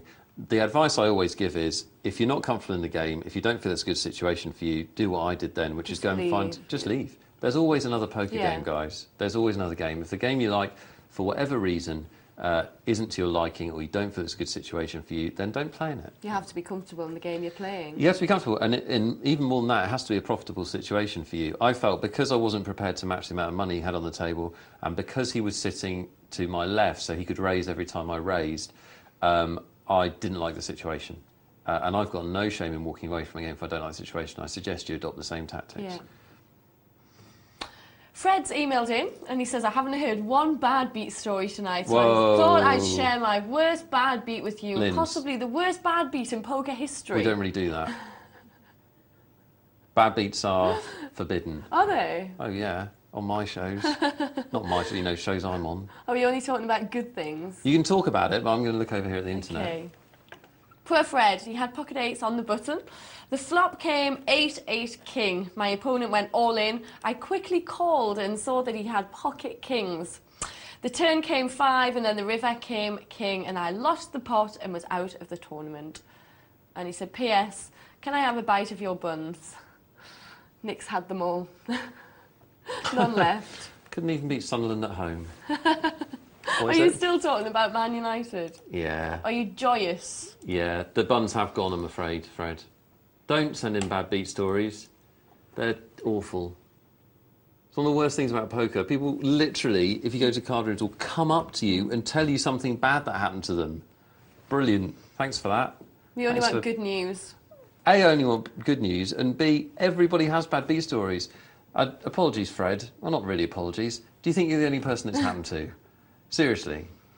Not getting any sympathy everybody. here. There is no sympathy. There are hands that... All right, Fred, here's a challenge. Send us in a good beat story. Send us in a hand where you were the underdog and you got lucky. Do that for me. Do you know what, and Nick? I'll forgive you. You're all heart. I just hate it because everybody gets lucky sometimes, everybody's unlucky sometimes, but for some reason all anyone wants to talk about is when they got unlucky. It's part of the game, I'm afraid. Okay. All right? So, send in up. good stories for Nick if you've got a question or if you'd like to make a comment about the Beat the Presenter tournament. Right, nice stuff. You can text us here in the studio, put the word poker at the start of your message and send it to 84222. 84222 is the text number. Or you can email, there's the address on your screen now, it's poker@pokernightlive.co.uk. So, what do you fancy now? Bit of cash?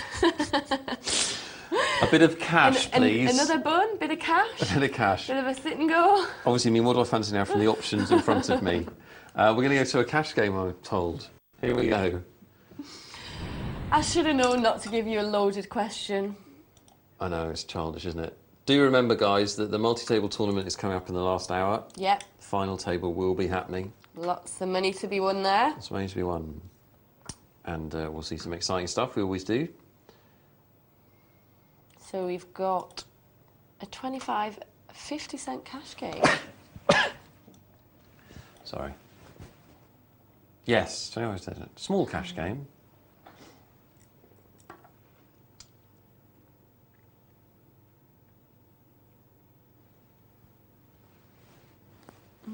Don't think Bill was there. Bill's gone. So, in this game, we were talking about that game at the Gut Shot in London, which doesn't have a cap on what you can buy in for. This game, $50 is the maximum you can put down on the table.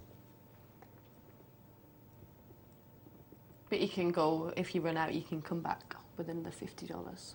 You can. You can do that as many times as you can comfortably afford. If it happens 2 or 3 times, seriously consider some other options. There's ping pong P on the big blind. You like that, don't you? The names get more bizarre. Ping pong.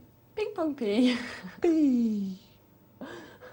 It sounds like that character that Matt Lucas has.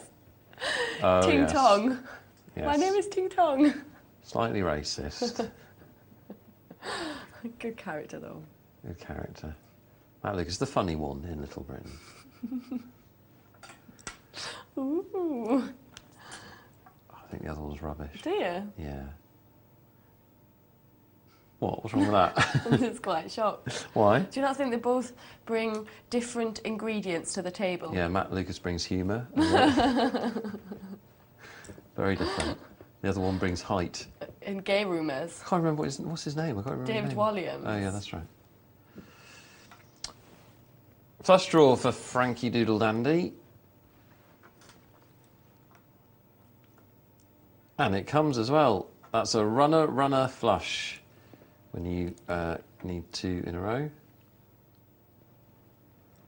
And I believe it's 23 to 1, the chances of that happening, for those of you that care. Well done. Thanks. Thanks, I remembered a number. I must be brilliant. Ping Pong P with his pair of 8s. Oh, I've got a feeling we're going to get a lot of coverage of Ping Pong P in the next 10 minutes. Ping Pong P. Doesn't know what to do with them. Well, I would... Raise or fold. You say that, he could call there if he wanted to. He's got the button. I always prefer a raise, personally, but there you go.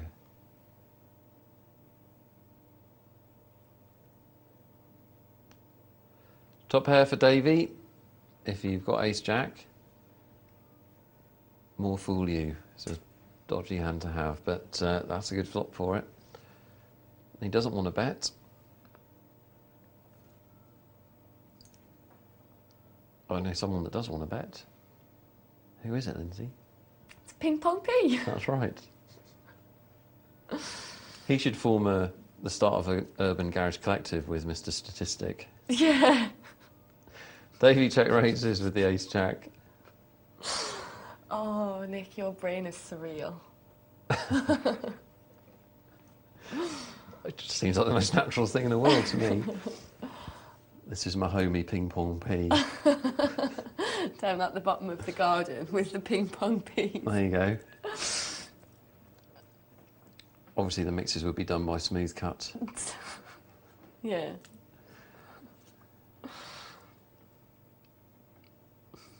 Off to Fantasy Island we go. Hey, it's holiday. We're allowed. It's holidays, yeah. Are you working this weekend, Lyndsay? Or are you on holiday? I'm on holiday Hey. from tomorrow. Nice. I'm back on again on Tuesday with The Rock. Cool. Don't worry, he won't bother your mind with Poker Urban Collectives. No. Mr. Echo has got the making up the blind money. Just entered the game. He can either wait for the big blind to get to him or he can post the big blind now, which he's chosen to do. And he may even pick up a little pot with it. If it's checked to him here.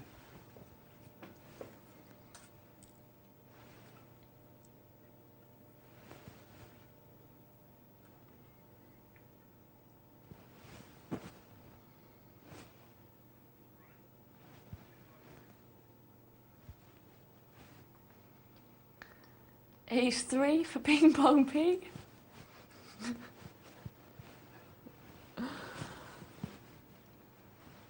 Now.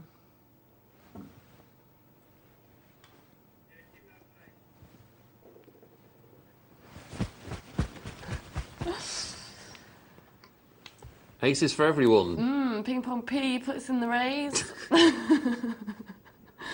What will Frankie Doodle do? We don't know because we've got to take a break. But stick around because we've got the final table of our multi-table tournament. It's going to be very exciting. And more of your texts and emails. See you after the break. See you in a bit.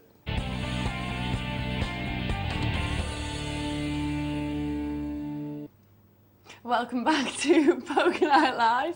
I'm Lyndsay. And this Yes, you young are. chap beside me is Nick Wealthall. Hello, again. In a very good, giddy Easter mood. Well, you have to be, don't you? Because very soon, Jesus is back up.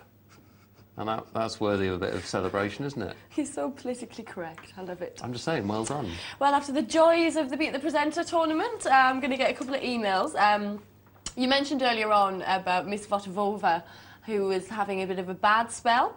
And Ollie has emailed in. Olga is actually her real name, and says, I decided to play in cash games last night instead of a break, because you recommended that she had a break. She was having a bit of a bad spell. Yes, I figured this would focus me into making the right moves and plays, because it hurts more when you lose cash rather than chips. This has helped me get back to my solid game, and I've made nearly $400. Needless to say, the confidence has returned. By playing in the cash games, this has reiterated the value of pre-flop hands in what I should be playing. I've now taken this back to the sit and goes and have crashed out 3 of 3. Enjoyed watching the show as always. Yours, back on form, Olga Votovova. Fresh from Droitwich. I think remembering what you emailed before, and obviously this applies to everybody, poker, all sport, all games are about confidence. Poker is particularly so. And when we spoke to Miss V earlier in the week, their confidence was low. And now he has used cash games to get the confidence up. Doesn't matter what it takes. We were saying take a break. But anything you do to gets that confidence and that self-belief and those fundamentals back is a good thing. I think playing poker without confidence is very difficult. For lots of reasons, primarily because poker is a game where you actually don't have big margins. You operate on quite small margins, and you need to be able to make those difficult calls and those difficult folds. Unless you've got confidence to do that, you will make mistakes. So I'm glad it's back, and good luck for the future. Well done, Ollie. I've just realised I end a lot of my bits of advice by saying good luck. It's quite ironic, seeing as I spent the rest of the time going, there's no luck in this game. My boyfriend thinks you look like someone who works on the racing channel who's called Nick Luck. Just thought I'd throw that in there. Peter's emailed in. Peter says, I am an accomplished online cash game player. In whose opinion, Pete, eh? I play a variety of games. I've recently discovered that my local casino offers a dealer's choice cash game. I'm very interested in playing this, but I've got a few questions about the rules of it. 1. Do you have blinds for games like stud, or is it played with the normal antes and bring-in rule? Let's just do these. He's done 4 questions. Yes. Let's do it one by one. One at a time. Do you have blinds for games like stud? Or do you play normal antes? Bring it. Well, in a dealer's choice game, all the games will be played by their normal rules, Pete. So for those that don't know, dealer's choice, again, what it says on the tin, whoever's the dealer, and it rotates one person per hand, chooses what game they're playing. So you're actually playing different forms of poker on a hand-by-hand basis. But all the games would have their normal rules. So stud would have an ante and a bring-in, yeah. Question 2 is... He says, if this is so, are games such as Hold'em and Omaha anteed as an addition or alternative to the blinds? What? Question 2. What games does the dealer normally have the choice from? Can they just invent some crazy variation of poker and decide they want to play that? Or are there a set of games to choose from? That would be brilliant, wouldn't it? We're now playing Ace of Hearts, eat a cream egg, 2 of clubs, get your kit off. No, there will be wherever you play dealer's choice, there'll be a list of games, usually 5 or 6 games that it's agreed that you're choosing from. So, it'll be a controlled choice. Question 3. Question 3. Is it likely that we'll have to deal ourselves, or will there definitely be a dealer provided? Totally varies from casino to casino. Tends to be that if you play higher stakes, there'll definitely be a dealer. Smaller stakes are sometimes self-dealt. Check it out with the casino you want to play at. And question 4. Are all games played as a limit game, or can you play pot limit or no limit? The opposite, actually. It'll be very rare to find a limit game in a British cash game in a British casino. It's really an American game. Obviously, it's online as well, but there aren't many limit games in British casinos. So it'll either be pot limit or no limit. Probably pot limit. But the answer is, Pete, wherever it is you're going to go and play, give them a ring, and I'm sure they'll talk you through it, or go down there and have a look first, whatever. But yeah, do your research and. Make sure, this is something that people do make a mistake with, make sure that you are good at all the games. I know you say you are, but people often delude themselves. And the other thing people do is they go, well, I'm good at 4 of the games, but I'm not good at the 5th one, but it doesn't matter so much. You can get by, but basically, if you're good at 4 and not the 5th, that's 20% of the action. And as I said before, to be a winning poker player, you're operating on small margins. So you are giving yourself an uphill battle. So do make sure you're good at all the games that are involved in the dealer's choice milieu. And good luck. Good luck. Yes, hope you do well. The Racing Channel. Forget it.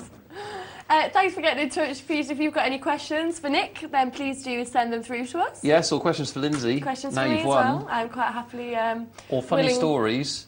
To give my best attempt. Funny stories, jokes, we're in the last hour now, so... Or have you got a massive egg? Because me and Lyndsay don't have any eggs, do we? Do you know what? Not one egg. No. And it's Easter weekend. That's not good, is it? Shocking. No chocolate at all. Never mind. Right, if you've got a question, then you can text them through to us here in the studio, put the word poker at the start of your message and send them to 84222 or email poker@pokernightlive.co.uk. Lovely. What we're going to watch now, Nick? Some poker. Let's have a look. It's the MTT.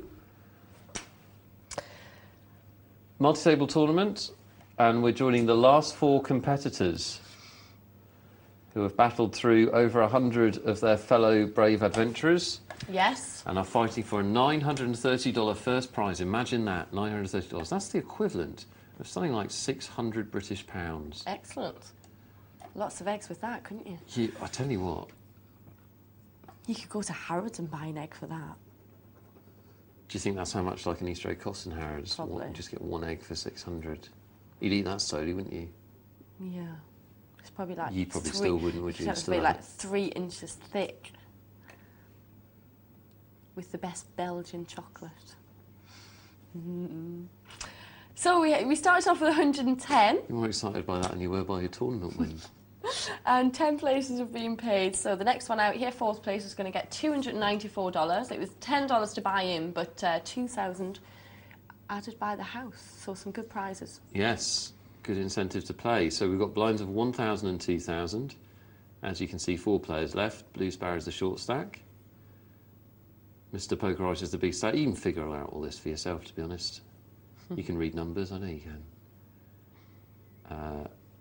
And so Blue Star is a little bit short stacked. The fact that it's 4-handed means that it'll be a relatively fast game anyway. The blinds are reasonable, but the fact that it's short-handed will make it a fast game anyway.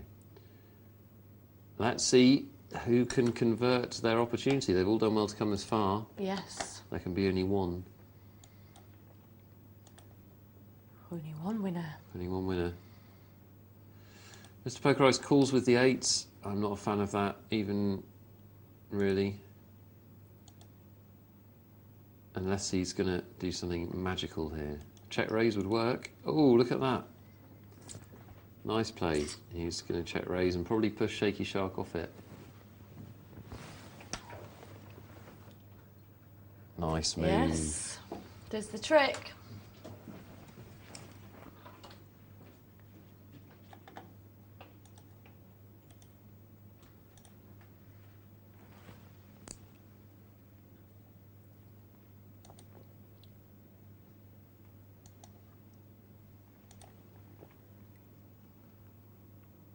Well, everyone's got a bit of something here.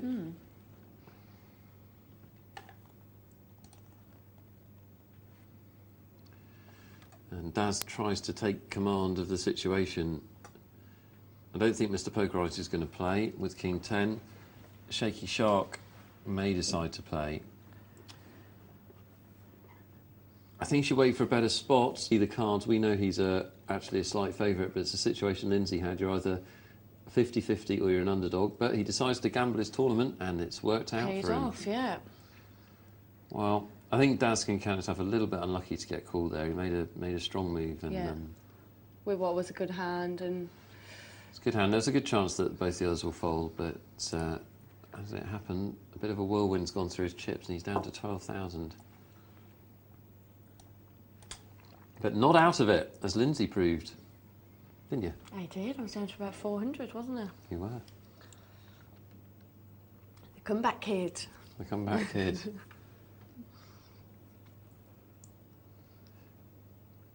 Yeah, and Daz could come back and win this.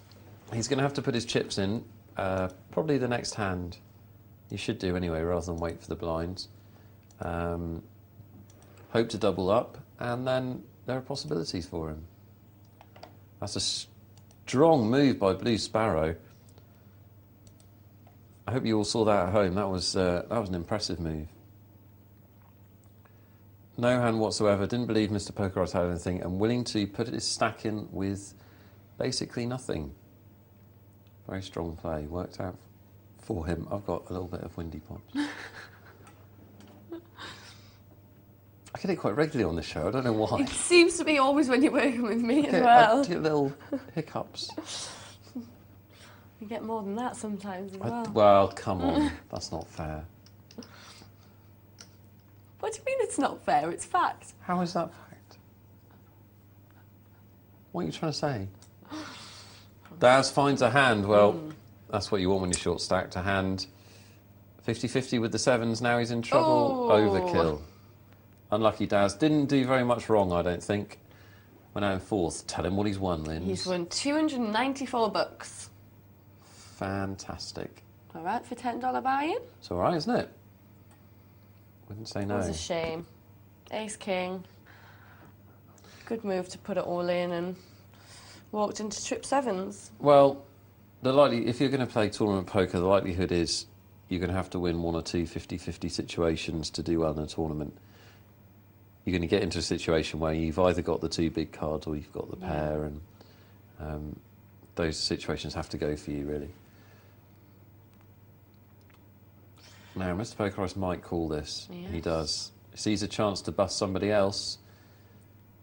Oh, and Blue Sparrow catches the 8 on the end. What's that feel like, Linz?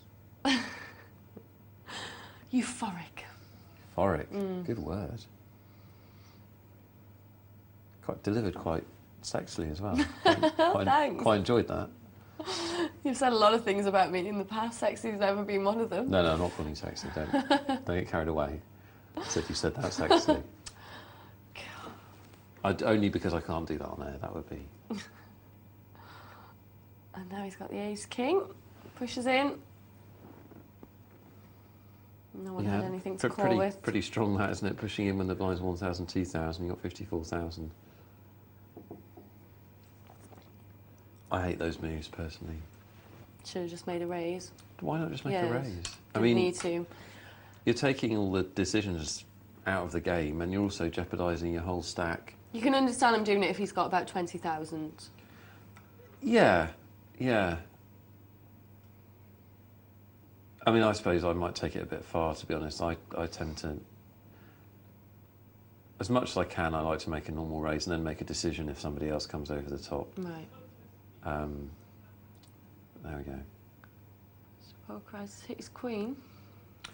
Particularly in this situation, because Mr. Poker Ice has been calling with any pair to try and bust people. So, Blue Sparrow doesn't want to put himself in this. I mean, he's gone all in with the Ace King because he just wants to take the blinds. He doesn't want. He's actually trying to scare people off calling him. But, if he does get called by a pair, well, suddenly his whole tournament's at stake and he's slightly less than 50-50. So. Yeah. A normal raise will do the same job. If they've got nothing, they'll fold. If they've got something, they're going to play. So, I don't know. It's just my style. I know other people like to move in more than I do. Draw your own conclusions at home, of course. Find out what works for you. Neither player had anything there. If Blue Sparrow bet at any point, he could have taken that. But Mr. Poker Ice takes it. A bit of three-handed poker. I like three-handed poker. I think it's interesting. Yeah, it's good. It's pacey, isn't it? And lots of quick thinking. Yeah, and it is an interesting dynamic because every hand you're either paying a blind or you're on the button. Yeah. So you've always got a problem or a different situation to look at.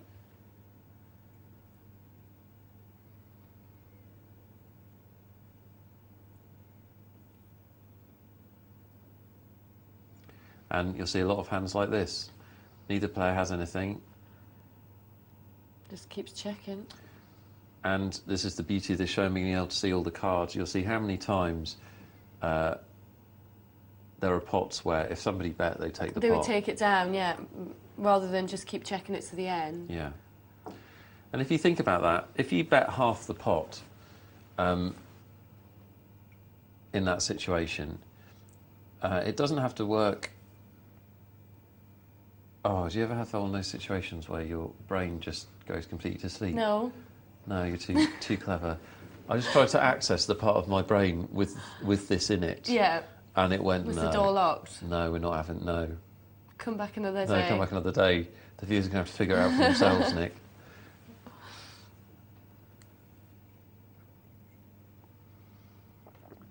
What I'm trying to say is... You've got to take the hand by the scruff of the neck and You have. make And it, especially if... It makes sense because if you... Like, a bet of half the pot is big enough to do it if nobody's got anything. So if you're betting half the pot, when that bet's successful, you'll win 2 times your bet. Right. If it's unsuccessful, you'll lose half that amount. Okay. So it doesn't even have to work every time. If it works half the time, you're making money.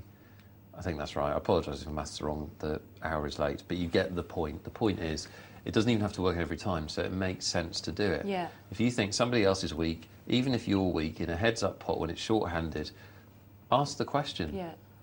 Ask the question. Pick up that pot. You don't have to put in all your chips. You know, you can put a bit in, then at least you know, like you say, you've asked the question, you know where you are. And that's how you build a stack, guys. That's how you build a stack in a tournament situation and at short-handed poker as well. Read Doyle Brunson's chapter on No Limit Hold'em in Super System for more on this subject. Another situation, very, very similar. Bet and take it, guys. Mr. Poker Ice does just that.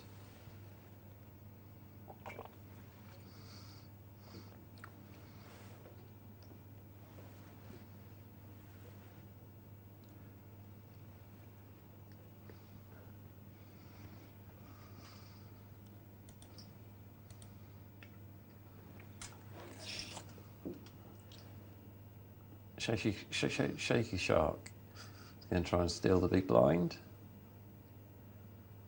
And Mr. Poker Ice comes back. That's strong play. Now, if Mr. Poker Ice had raised more there, it would have worked. He was basically not doing it on the strength of his cards. He was saying, I think you're trying to nick my blind. I'm going to scare you off. And it's worked on the flop. So good poker by Mr. Poker Ice. And if you want to play in tournaments at home, all right, then. Yeah, I was just thinking about your little poker rap band. Mr. Poker Ice would fit in quite nicely. He would, wouldn't he? Potential frontman. Yeah. Potential frontman. Although Mr. Statistic is, I don't know. Perhaps Mr. Poker Ice is the frontrunner, Mr. Statistic comes in with the freestyle rap after the second. Yeah, second he's the verse. MC. Yeah. And Ping Pong P is on the drum and bass. He's on the drums. Smooth Cuts, On the Smooth Cuts doing the mixing. tambourine. I think we've got something. We have.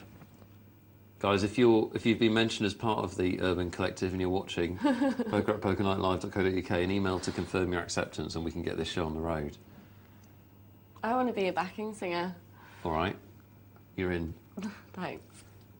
I'm obviously manager. Somebody's got to steal all the money. Yeah, you should do the behind-the-scenes stuff. And I've got to be honest, if the guys in question don't get in touch, we'll just nick their names. Yeah. You know, it's a cut-and-throat business, the music business.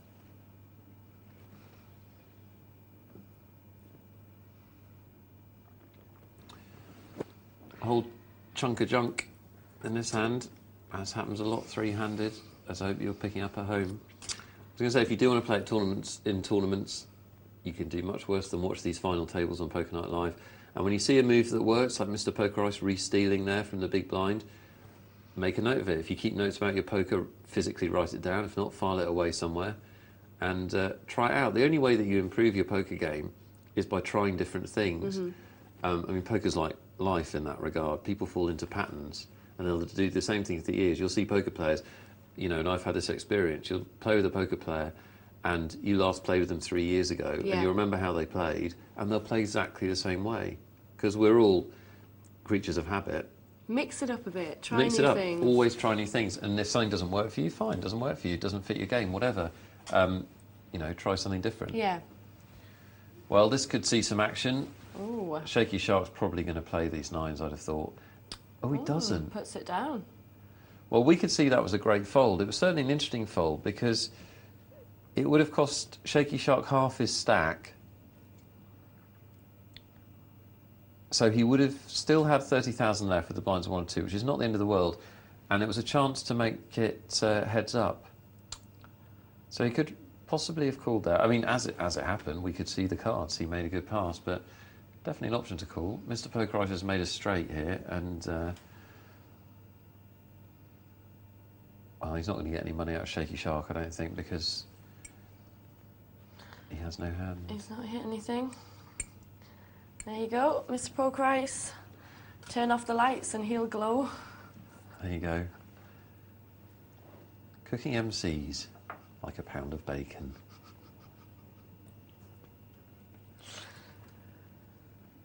Flush draw for Blue Sparrow.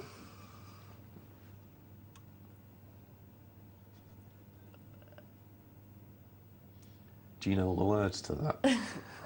To Vanilla Ice? I know all the words to Sir Mix-a-Lot, Baby Got Back. Do you? Yeah. Brilliant song, isn't it? I love it. All about buns. I know all the words to the Vanilla Ice one, which probably dates me. I do as well, a yeah. lot. Do you? Yeah, I knew you did. Yeah. Being all coy and pretending you're not that It's not uncool. as good as Baby Got Back, though. No, it's not, no.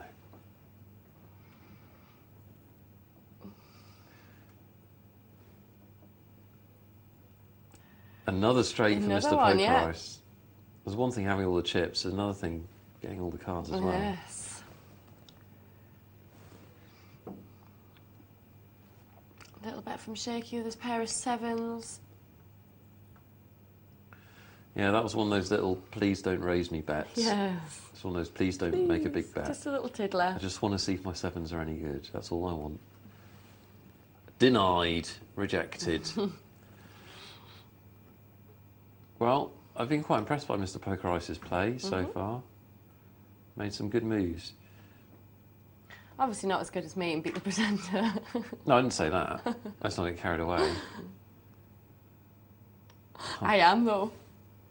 You're going to tell everyone, aren't you? Yeah. Were you videoing the show? I should have been. You're going to have to get a copy, aren't I'll you? have to, yeah. Tonight's big winner. I can always watch it back tomorrow on the replay That's and true. record it then. That's true. As I'm sure everyone else will be doing. Even the people who've seen it already, because it was so good, they'll want to watch it again. Well, it's just it's just a triumph. It's a textbook, isn't it, in many ways?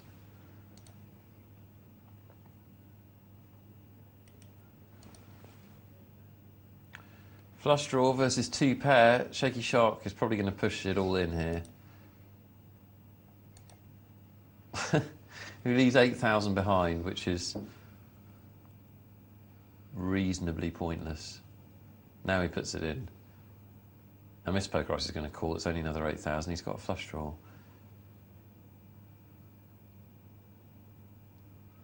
I don't know what he's thinking about. Well, it's a 56,000 chip pot. And there you go, he hits. Well, Shaky Shark's left us. I wonder if it would have been any different if he put all his chips in on the turn. Probably not, but you never know. As it is, we're now heads up. Mr. Pokerice versus Blue Sparrow. What did Shaky Shark win for Shaky third? Shark, now you come to mention it, won $600... No, he didn't. $387 for coming third. I'm sure he'll be very happy with that. Yes. Well, both Mr. Pokerice and Blue Sparrow have made some good moves since we've been watching the final table, so well done to them. They both deserve to be here. What are they playing for? Second place will get $620 and the winner will get $930. Ta-da! Beautifully presented. A little bit David and Goliath now. On tonight's prize board. It But does. as we know, heads up. Heads up can change. It can all change very quickly. I've probably said this before on the show, but when I get to a final table, my mission is to get to the heads up. I actually don't think about winning it, and I don't worry too much about my chip stack.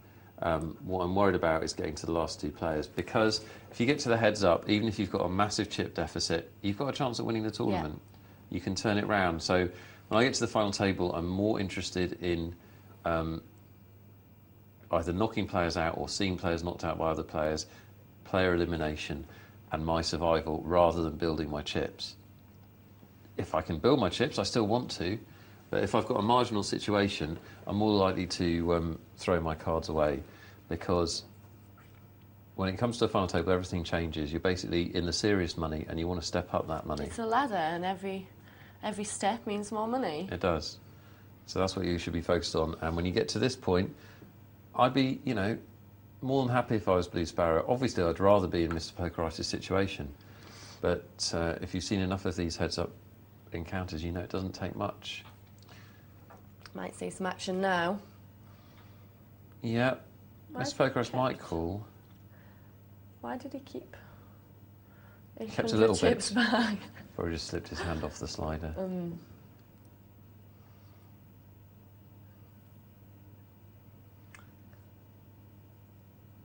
Pair of sixes. Yeah, Blue Sparrow's got all the cards in this heads-up match so far. I think he's got a full house, doesn't want to bet.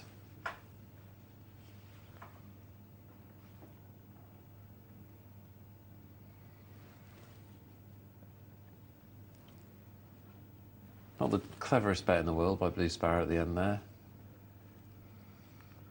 What's your beef? Well, he's got a full house. Unless Mr. Pokeritis has got a 7, which is pretty unlikely because he hasn't bet yet. He's almost certainly got the best hand. And he's just put all his chips in. He's put 47,000 chips into a 6,000 chip pot.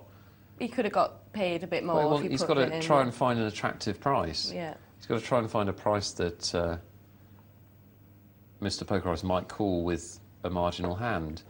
Mr. Pokeritis has got a marginal hand. Like, say he's got an ace in his hand, so he's holding an ace for 2 pairs with the ace. He might call a smaller bet. And you've got to do that when you're pretty 99.9% sure you're ahead, which you must have been there. A bluff from Mr. Pokeritis. It is not successful. See what I mean? Now Blue Sparrow's clawing it back. Well, one hand and suddenly it's competitive. Yes. Yeah, Mr. Pokeritis bluffs in the wrong spot. Blue Sparrow makes a good call. Had the jack, and what he'd have been able to do there is to look at the board and say, well, I've got the jack, so I've got a second pair. There's an ace on board. Mr. Pokeritis didn't raise before the flop. Most of the time with an ace, heads up, another player would. So you can pretty confident that Mr. Pokeritis hasn't got an ace. So in that situation, what's he got that's beating me? Or maybe he's got, you know, some kind of freaky 2 pair or some kind of freaky straight. But the most likely thing is that he doesn't have very much. Or he has less than me and he's trying to force it through. So good read by Blue Sparrow. And that's really what we mean when we talk about reading hands. We don't mean... Sometimes we mean, you know, physical tells if it's in a live game, or, you know, tells online like how long it takes them to bet. Sometimes those things matter. But more often than not, we're talking about... Betting patterns. Betting patterns and rewinding the hand. And so you go back to the start and then you think, right, he didn't raise before the flop. What are the possibilities? Yeah. If he had the ace, chances are he would have. Yeah, and most of the time, you can't... Sometimes you can call hands, and sometimes you can say, you have definitely got ace-jack, and that's fantastic if you can do that. But most of the time, it's not about that. What it's actually about is thinking, what are the different possibilities, and what's the likelihood of those possibilities? See, Mr. Pokeritis, you see, poker players always say things like, I knew you didn't have an ace. Well, you never know that. But you can think that it's an unlikely possibility, and so you cannot figure it too much.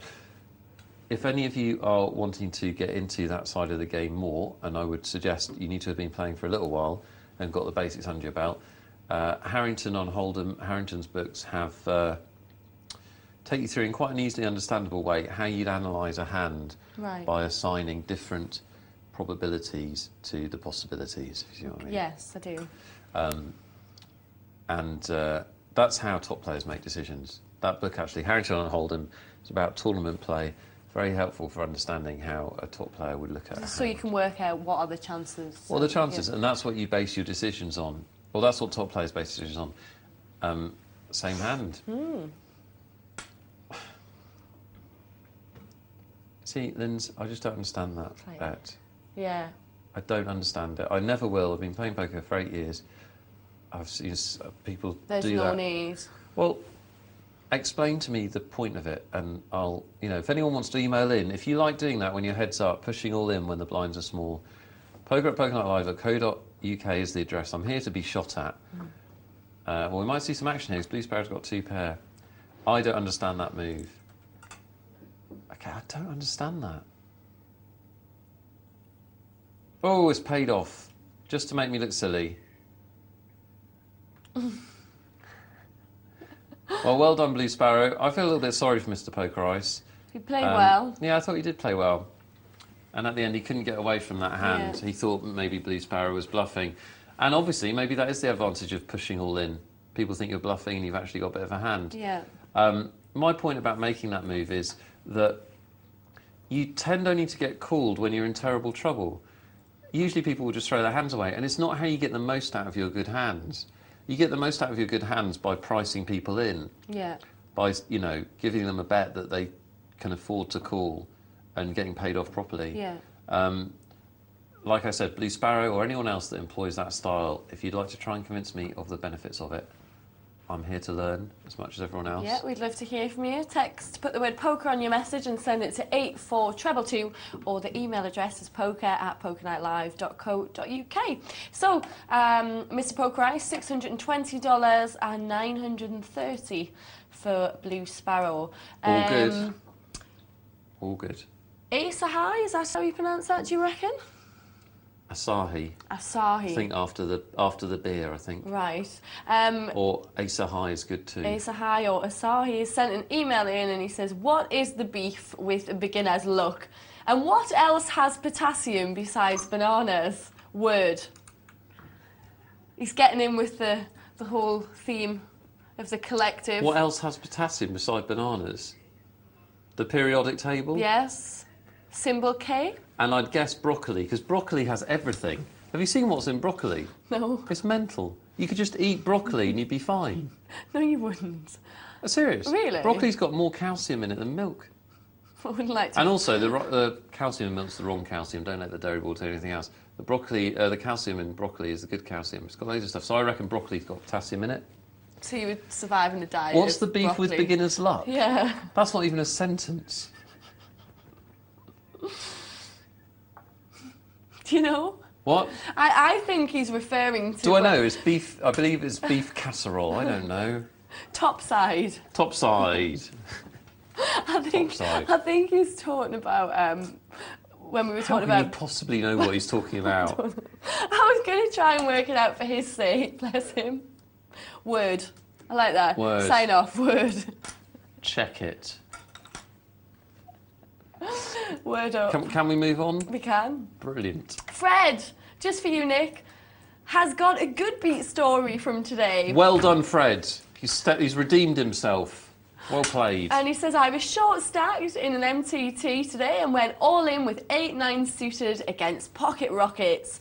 I hit 7-8-9 on the flop and doubled up. The very next hand, I had ace-2 against ace-king and hit a set of 2s on the flop and doubled up again, putting me in position to finish in fourth. So you've got 2 good beat stories. Really? So you've had more good luck than bad luck. See? And yet the one you send in is the bad luck. What's wrong with you, Fred? Well done, Fred, though. The world's a beautiful place. Focus on the positive. That's all I'm saying. Tom in Spalding says, could you please tell... Oh, God. Says, could you please tell me... We've lost Lyndsay. Focus. Could you please tell me what the ruling is? If I raise, it goes round, another player re-raises me, he goes all in. Before I've decided what to do, he shows his 2 whole cards. Is this allowed? Oh, well, now. Testing one. Here's a testing one. You will get... There are moves afoot, I understand, to make a codified set of rules for poker. I think it must happen eventually. At the moment, there is no such thing. There is no such thing as rules of poker. It doesn't exist. You know, if you play golf, you can get the Royal and Ancient golf rulebook, and that is the definitive rules of golf, and it's what every local golf club player has to adhere to. The Lawn Tennis Association produces the rules of tennis. Poker doesn't have anything like that. So in a situation like that, which is a tricky situation, it will depend on where you're playing. And sometimes, if you don't have a strong floor man or tournament director, it'll depend on who shouts loudest. Usually nowadays, it's not allowed to expose your cards before the end of the hand, before you should. As to what happens when somebody does, it depends on the ruling that you get. You could, if it is against the rules of where you're playing, you could ask for his hand to be killed, in which case you'd get the chips that you cover. So his hand would be mucked, basically, because he has broken the rules. That is a reasonably likely outcome. But no, usually you're not allowed to expose your cards before the end of a hand. But depends on the local rules. There's an old trick that gamblers used to use, which is to show one of their cards when they're playing Hold'em. So they'd show the good one, and they'd make people believe that they must have a stronger hand than they do. There's things that you could do like that, but nowadays, usually you can't. Well, in some British casinos, you can't even talk about your hand, let alone show it. But yeah, like I said, it depends on the ruling you get from whoever's in charge of the game. Sadly, because there is no sort of codified set of rules, whoever shouts loudest at the table sometimes gets their own way. But the general, sorry, I know I'm talking round and round and saying the same things. The general principle in that situation would be that his hand, if somebody complains, his hand should be killed, actually, thrown into the muck, and if you were heads up with him, you would get the pot, normally. But it depends on the rules. It does depend on the ruling. Good that football has rules, like if you only get 12 points, you get relegated from the Premiership. Oh dear. Mark in London's been back on. This is Mark. He was playing with you in a cash game when you had a guy who was just calling every pot. Raising every pot. Raising every pot, yeah. He's been back in touch and he says, I did leave the table after a while. I went to the other cash table. Just my luck, it was a must-move table, so after 20 minutes I was back there. Yeah, time to find another card club or play online for a bit, I think. The only thing I can say to you, Mark, is if you end up in that game and you want to keep playing, it's patience, patience, patience. I actually probably didn't have enough patience because I made my move on him with top pair, and that's probably not enough. You probably want to wait until you've really got the goods, which means sitting there and folding an awful lot. Once you've won a hand against him, once you've put yourself in chips against him, then you can start to try and play against him a bit more. And there was somebody at the table doing that. Somebody at the table won a big pot against the Maniac. And then he was isolating him, which is the Maniac would raise and he would re-raise, so he'd be playing a lot of pots head up against him. But you've got to have the chips to do it, otherwise he'll just bully you. Yeah. But yeah. Rifson has been in touch and he says... Oh God, this looks complicated. The following relates to pot limit Hold'em. Now tonight in a single table tourney, the blinds were still 15-30. I had Jack King pocket cards. I'd raised pre-flop and post-flop got raised all in by a fish. At this point, the three community cards were Jack, Queen, Jack. I flopped 3 jacks with a king kicker. Now, with no re-raise pre-flop from the other player, I called the all-in, and he had ace 9 in his pocket. Obviously, from their point of view, they had 12 outs, 10s, kings, or 8s for the up and down straight draw. Now, was this a bad call on my part, or did the other player lose his marbles and get really lucky tonight? And if so, what makes these players go all in with nothing? Any advice? I'm really annoyed. I'm in a bad run at the moment, and now I'm starting to question every decision that I make. Don't be annoyed, Rifson,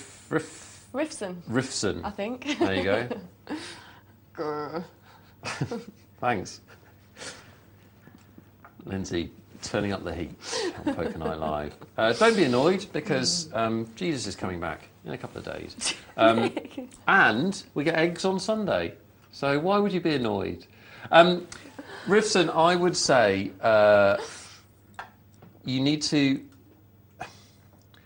understand that if somebody makes a bad call against you, that's a good thing. You need to get this into your head, and then you'll stop being annoyed about it. It's really that simple. You want people to make... Don't ruin this. You want people to make bad calls. That's the point. If they then win the hand, that's just the way it goes. I say this almost every time I'm on because we always get an email like this, and I do sympathise, honestly. But the point of the matter is that when you play poker, when you put your chips in, you put your chips in with the best of it. That's the idea. We want to put our chips in with an edge. What we don't do is put our chips in with certainty. We don't often find ourselves in situations where we're 100% to win the hand. If there's cards to come, usually the other guy has a chance to win.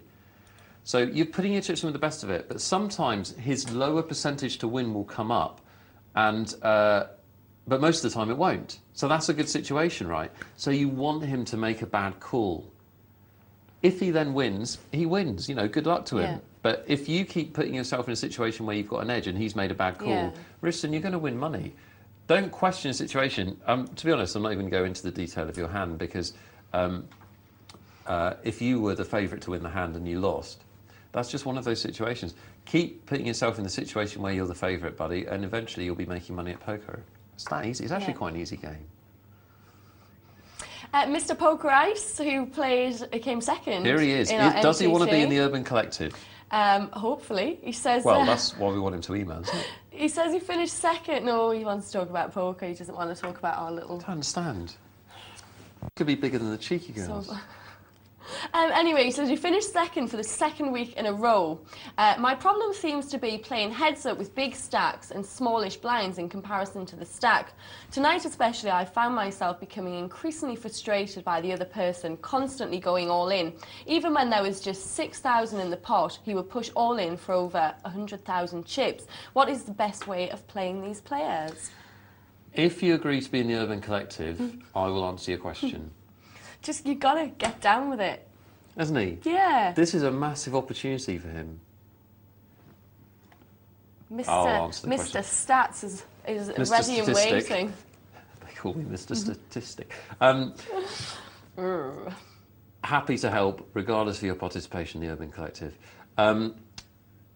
It can be frustrating, and actually, as I said on the show a while back, if a weak player is playing a strong player, and they go all in every hand, they actually reduce. It actually becomes a 60-40. I'm really sorry, guys. My brain has gone to sleep the last hour. I think it's a 60-40. I might have the maths wrong again. It's actually the best way for a weak player to play heads up against a strong player at no limit hold'em is to go all in every hand because it takes the skill out of it. Right. Whereas if a weak player tries to outmaneuver a strong player, he can actually reduce his chances to 10% of winning. So it can be a good idea to go all in every hand. I know I said it was a bad strategy, but if you're a weak player against a strong player, it's the right strategy because you reduce the skill factor. So let's put ourselves in Mr. Poker Ice's situation, and somebody is moving all in a lot. What you've got going for you, Mr. Poker Ice, is you've got big chip stacks and small blinds, and that means you've got time. Yeah. You've got time to wait him out. You know he doesn't have a good hand every time, but what you don't want to do is to put your chips in on a 50-50 shot. Why should you? He's actually doing you a favour.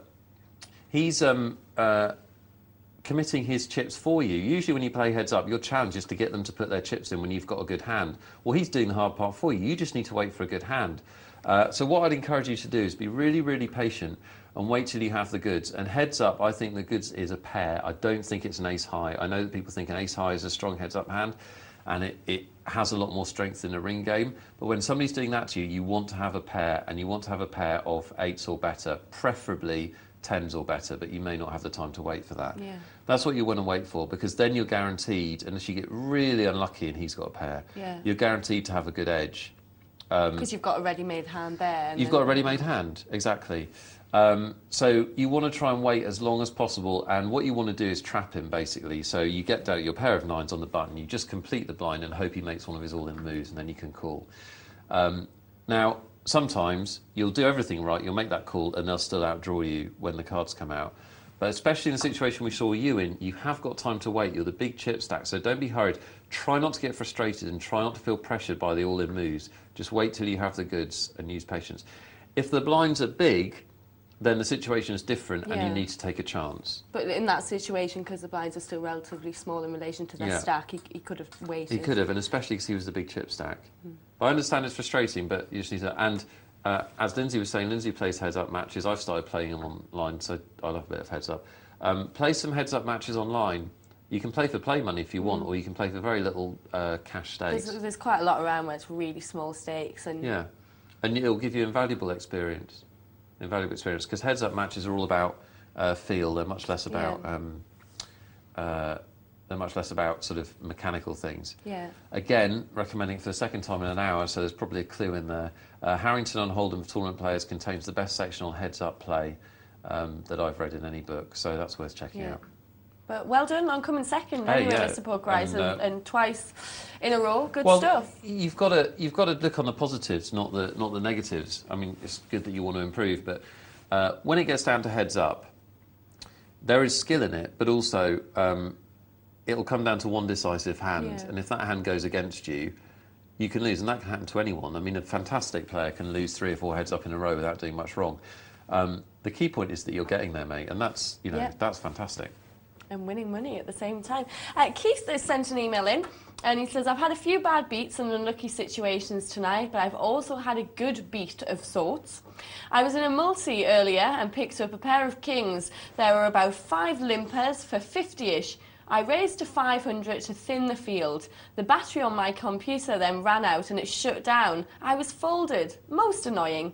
However, it turns out that one of the limpers, one of the people still to act, moved all in pre-flop with ace-king and flopped an ace, so my mistake in letting the power run out at an important time saved me and turned into a good beat. And he says, keep up the good work. Congrats on your win, Lyndsay. Thank you, Keith. There you go. Congrats, Lyndsay. That's a nice story. It's a lovely thing that's happened there. Good. Ghost Zapper has been in touch, and he says, I just thought I'd share a lucky win for me. I had kings pre-flop and raised it up. I was called by the button. The flop came 8-8 king. What a brilliant flop. I bet, and he went all in. Booyah! I called. It turns out he had quad 8s. Luckily, a king came on the river. How lucky is that? Buddy. Booyah! Wow, that's... I think the collective is... a lot of booyahs. is in full flow now. Quads over quads. Yeah. 2 lots of quads. That's incredibly rare. I would wager that you were... Would I wager? Yeah, I'd wager that will never happen to you again in your poker lifetime. That's never happened to me. I've been playing 8 years. That's extremely unlikely. Very unlikely. Yeah. But good stuff. But pretty good. Have you had any good ones like that recently? No, I just get bad beats. I've been so unlucky, Lyndsay. There was this one. No. Have I had any good ones like that recently? Yeah, you banned everyone else from talking about them, so you can't dwell on your own. I did outdraw someone actually. I outdrawed someone on the final hand of a heads-up match yesterday, where he had a set. And I turned mine into a bigger full house. I had 2 pairs. You get them all the time. This is the thing about poker. Just get away from thinking about the cards and the specific instances. Everybody has good beats. Everybody has bad beats.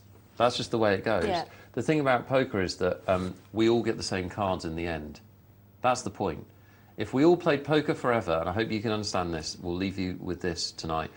If we all played poker forever, everybody would get the same cards. So winning at poker is not about the cards. It's about playing better. It's about winning more with good cards and losing less with bad cards. It's that simple. That was lovely. Do you know what it was like? Jerry Springer's final thought. Be good to each other and yourselves, or something like that, isn't it? Have an egg, and basically... No, it's take care of yourselves. Right. And each other. That too. And if you'd like to be in the Urban Collective, they have about 15 in these things, don't they? Get your emails in. Yeah, we're ready and waiting. Listen, thanks for watching. Thanks for all your texts and emails tonight. You've been absolutely brilliant. We've enjoyed it. Don't forget, tune in tomorrow from 10. Poker Night Live. We'll be back then. Good night. Congrats, Lyndsay.